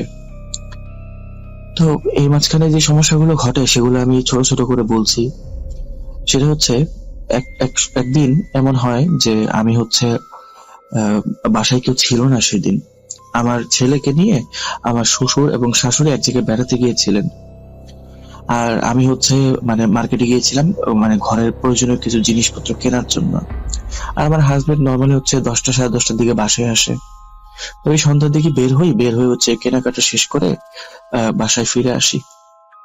তো বাসায় ফিরে আসার পর মানে গ্রোসারি আইটেম যেগুলো ছিল সেগুলো হচ্ছে রান্নাঘরে রেখে আমি রান্নাঘরের সুইচটা যখনই বন্ধ করলাম, আমার কাছে কেন জানি না মনে হলো আমার পেছনে হয়তোবা কেউ দাঁড়িয়ে আছে। মানে আমি এটা ফিল করতে পারছিলাম যে কারো নিঃশ্বাসের শব্দ আমি শুনতে পাচ্ছি, কারো প্রেজেন্স আমি ফিল করতে পারছি। তো তারপর হচ্ছে ব্যাপারটা এমন হলো যে আমি যতবারই লাইট অন অফ করছি আমার কাছে মনে হচ্ছে যে কেউ আমার সামনে ছিল কিন্তু এখন নেই। লাইট অন করলেই থাকে না, লাইট অফ করলে মনে হয় যে আমি বুঝতে পারি, আমি ক্লিয়ারলি তো দেখতে পারিনি কিন্তু আমার কাছে মনে হচ্ছিল যে কেউ একজন তো ছিল।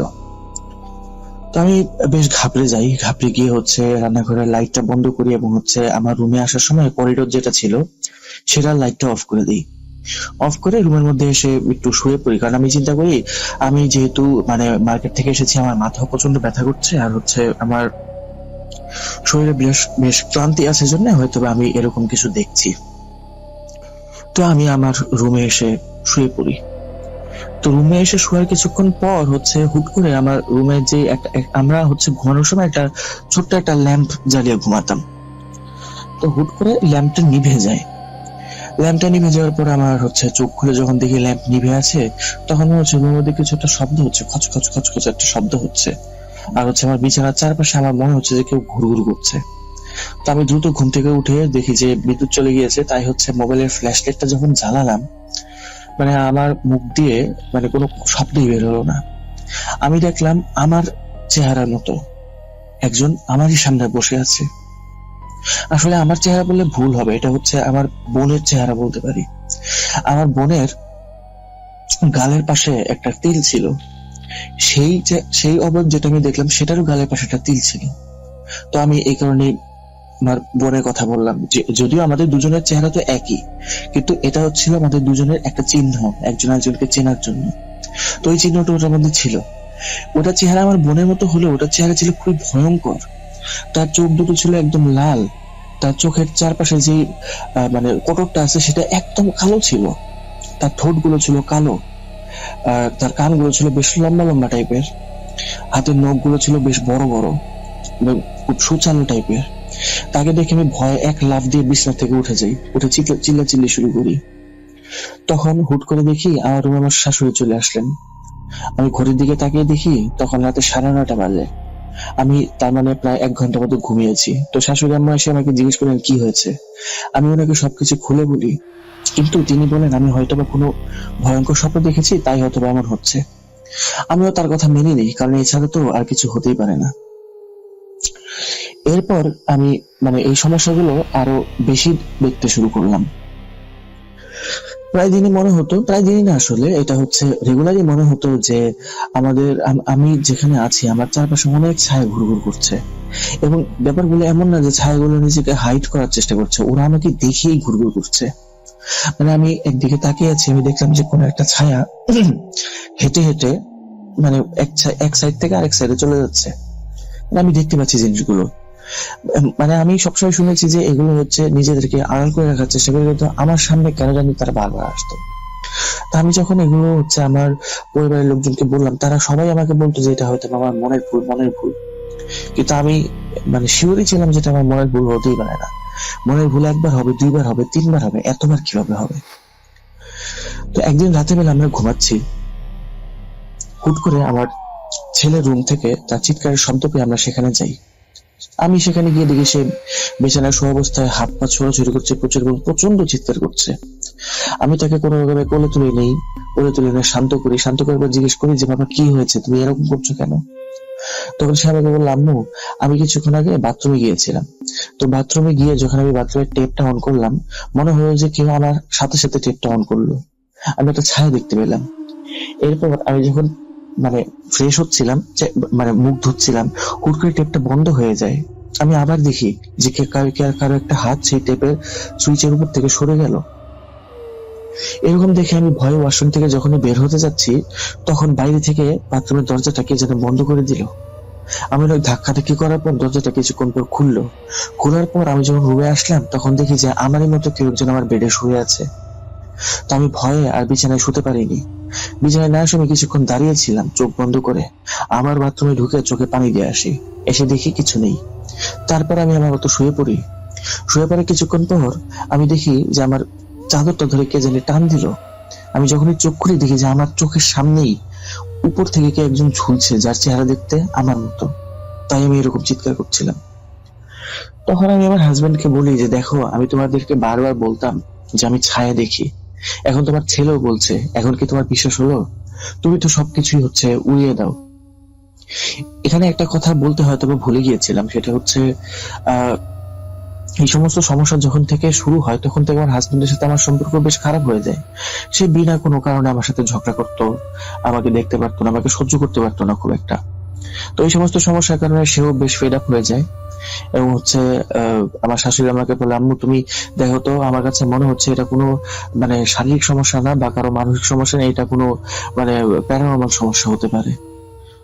তো তুমি খোঁজ নাও, দেখো কেউ আছে কিনা যে সাহায্য করতে পারবে। তো আমার শাশুড়ির একজন বান্ধবী ছিল, যে যার হচ্ছে একজন মানে পীর সাহেবের সাথে খুব ভালো পরিচয় ছিল। তো আমার শাশুড়ি তার সাথে যোগাযোগ করলেন। তিনি আমার শাশুড়িকে জানালেন যে তিনি আগামীকালকে ওই পীর সাহেবকে নিয়ে আসবেন। তো পরের দিন বিকালবেলা আসর ওয়াক্তের পর পীর সাহেবকে বাসায় নিয়ে আসা হয়। পীর সাহেবকে দেখে আমি বেশ চমকে যাই। নর্মালি আমরা যখন পীর সাহেব ওয়ার্ডটা ব্যবহার করি, তখন আমাদের মনে হয় যে মানে জোব্বা পরা, দাড়িওয়ালা, মাথায় টুপি, এরকম খুব মানে ধর্মীয় পোশাক পরিধান করে থাকবে হয়তোবা, কিন্তু উনি ছিলেন সম্পূর্ণ ভিন্ন। ওনার হচ্ছে মানে একদম ক্লিন শেভ করা ছিল, তারপর হচ্ছে প্যান্ট শার্ট পরা ছিল, ইন করে প্যান্ট পরা ছিল, একদম মানে দেখে মনে হচ্ছে একজন চাকরিজীবী এবং খুব ইয়াং জেন্টলম্যান এরকম মনে হচ্ছিল দেখে। তো উনি এলেন। উনি আসার পর হচ্ছে আমাদের সবাইকে আমাদের ড্রয়িং রুমে বসতে বলে উনি আমাদের রুমে চলে গেলেন। আমাদের রুম থেকে উনি কিছুক্ষণ পর বের হয়ে আসলেন। বের হয়ে আসার পর ওনার হাতে দুটো ব্যাগ দেখতে পেলাম। একটা ব্যাগের মধ্যে ছিল লেবু, আর একটা ব্যাগের মধ্যে ছিল কিছু পেরেক, আর একটা ব্যাগের মধ্যে ছিল কিছু ছাই। পীর সাহেব আমাদেরকে বলেন, এই যে এই ব্যাগগুলো দেখছেন, এই জিনিসগুলো দেখছেন, এগুলোর মাধ্যমে আপনাদের উপর কালো জাদু করা হয়েছে। এগুলো ছিল আপনাদের খাটের ভেতরে এবং এমন জায়গায় ছিল যেগুলো আপনাদের পক্ষে বের করা সম্ভব ছিল না। তো যাই হোক, আমি এই সমস্যার সমাধান এখন করতে পারবো না, এটার জন্য আমি আগামী 1 সপ্তাহ পরে আবার এই সময় আসবো। কিন্তু এখানে আপনার বোন, আপনার বাবা এবং আপনার মায়ের উপস্থিতি খুবই প্রয়োজন। এই কথাগুলো পীর সাহেব আমাকে বললেন আমি যেদিন আসবো সেদিন আপনার বাবা, আপনার মা এবং আপনার বোনকে এখানে উপস্থিত থাকতে বলবেন। তো আমি সেই অনুযায়ী আমার বাসায় জানাই। বাসায় জানানোর পর আমার বোনকে জানানো হলে আমার বোন কিছুতেই আসতে চায় না। অনেক জোর জবরদস্তি করে তাকে আনা হয়। যথারীতি পীর সাহেব আসেন। আসার পর আমার বোনের দিকে তাকিয়ে বলেন, আপনার কি কিছু বলার আছে? তখন আমার বোন বলে, আমি কি বলবো, আমি কিছু করেছি? আপনি আমার দিকে এভাবে তাকিয়ে আছেন কেন, আর এরকম উদ্ভুত প্রশ্নই বা কেন করছেন? তারপর পীর সাহেব বললেন, ঠিক আছে, আপনি যদি কিছু নাই বলতে চান তাহলে আমি আমার কাজ শুরু করি। পীর সাহেব বেশ কিছু দোয়া পড়তে শুরু করেন চোখ বন্ধ করে, এবং কিছুক্ষণ পর আমার বোনের মাথায় হাত রাখলেন। হঠাৎ মনে হলো আমার বোন হয়তোবা আমার বোন না, সে অন্য কেউ। তার আচার আচরণ পুরো চেঞ্জ হয়ে গেল, তার কণ্ঠ পুরো চেঞ্জ হয়ে গেল, সে পজেসড হয়ে গেল। তার ভেতরে থাকা ছিল এক মহিলা জিন।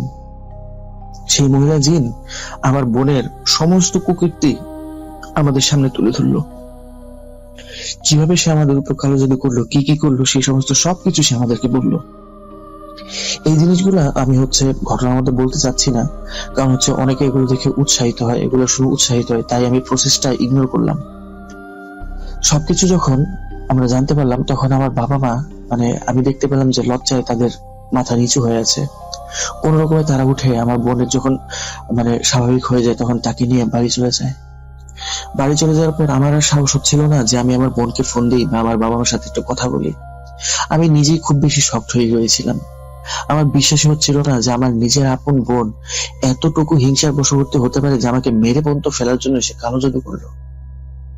কিভাবে কিভাবে জানি না, এই ঘটনাগুলো আমাদের পুরো পরিবারে ছড়িয়ে পড়লো এবং আমার বোনকে প্রায় সবাই মানুষ ভালো মন্দ শোনাতে শুরু করলো। আর আমার বোনটা এসব সহ্য করতে না পেরে একদিন গলায় দড়ি দিয়ে আত্মহত্যা করলো। তাকে অনেক চোখে চোখে রাখা হতো, কারণ তার মধ্যে আত্মহত্যা প্রবণতা দেখা যেত। তাকে চোখে চোখে রাখার পরও তাকে আর বাঁচানো গেল না। আমি তো, সে আমার সাথে যা করেছে, আমি সবকিছু জানার পর সেদিনই তাকে মন থেকে মাফ করে দিয়েছিলাম। আমি চাইনি তার কোনো ক্ষতি হোক। সে হয়তো বা আমার ক্ষতি চাইতে পারতো, কিন্তু আমি কখনোই চাইনি যে আমার বোনটার কোনো ক্ষতি হোক। আমি তাকে সব শুরু থেকে ভালোবাসতাম। সে আমার যমজ বোন। আমরা দুনিয়াতে এসেছি একসাথে, ইচ্ছা ছিল যাবো একসাথে, কিন্তু মৃত্যু তো আসলে আল্লাহ তাআলার হাতে, কখন কে মারা যায় কেউ জানে না। একসাথে এসেছি, জীবনে এতগুলো বছর একসাথে কাটিয়েছি। আমি কখনো চিন্তাও করিনি যে আমার বোন আমার সাথে এই কাজ করবে। তাই যখন আমি এটা শুনলাম, আমার বিশ্বাসই হয়নি। আমি তো আমার বোনকে সেদিনই মাফ করে দিয়েছি। আর যেহেতু আমার বোন সুইসাইড করেছে, তাই আমি কাউকে বলতে পারবো না যে আমার বোনের জন্য দোয়া করবেন যাতে করে আল্লাহ তাআলা তাকে জান্নাত নসিব করেন। কারণ যারা সুইসাইড করে তাদের তো ইহকাল গেলই, পরকালও গেল। তবে আমি সবার কাছে এইটুকু বলতে চাই, সেটা আমি আমার বোনকে মাফ করে দিয়েছি মন থেকে। তো প্রিয় লিসেনার্স,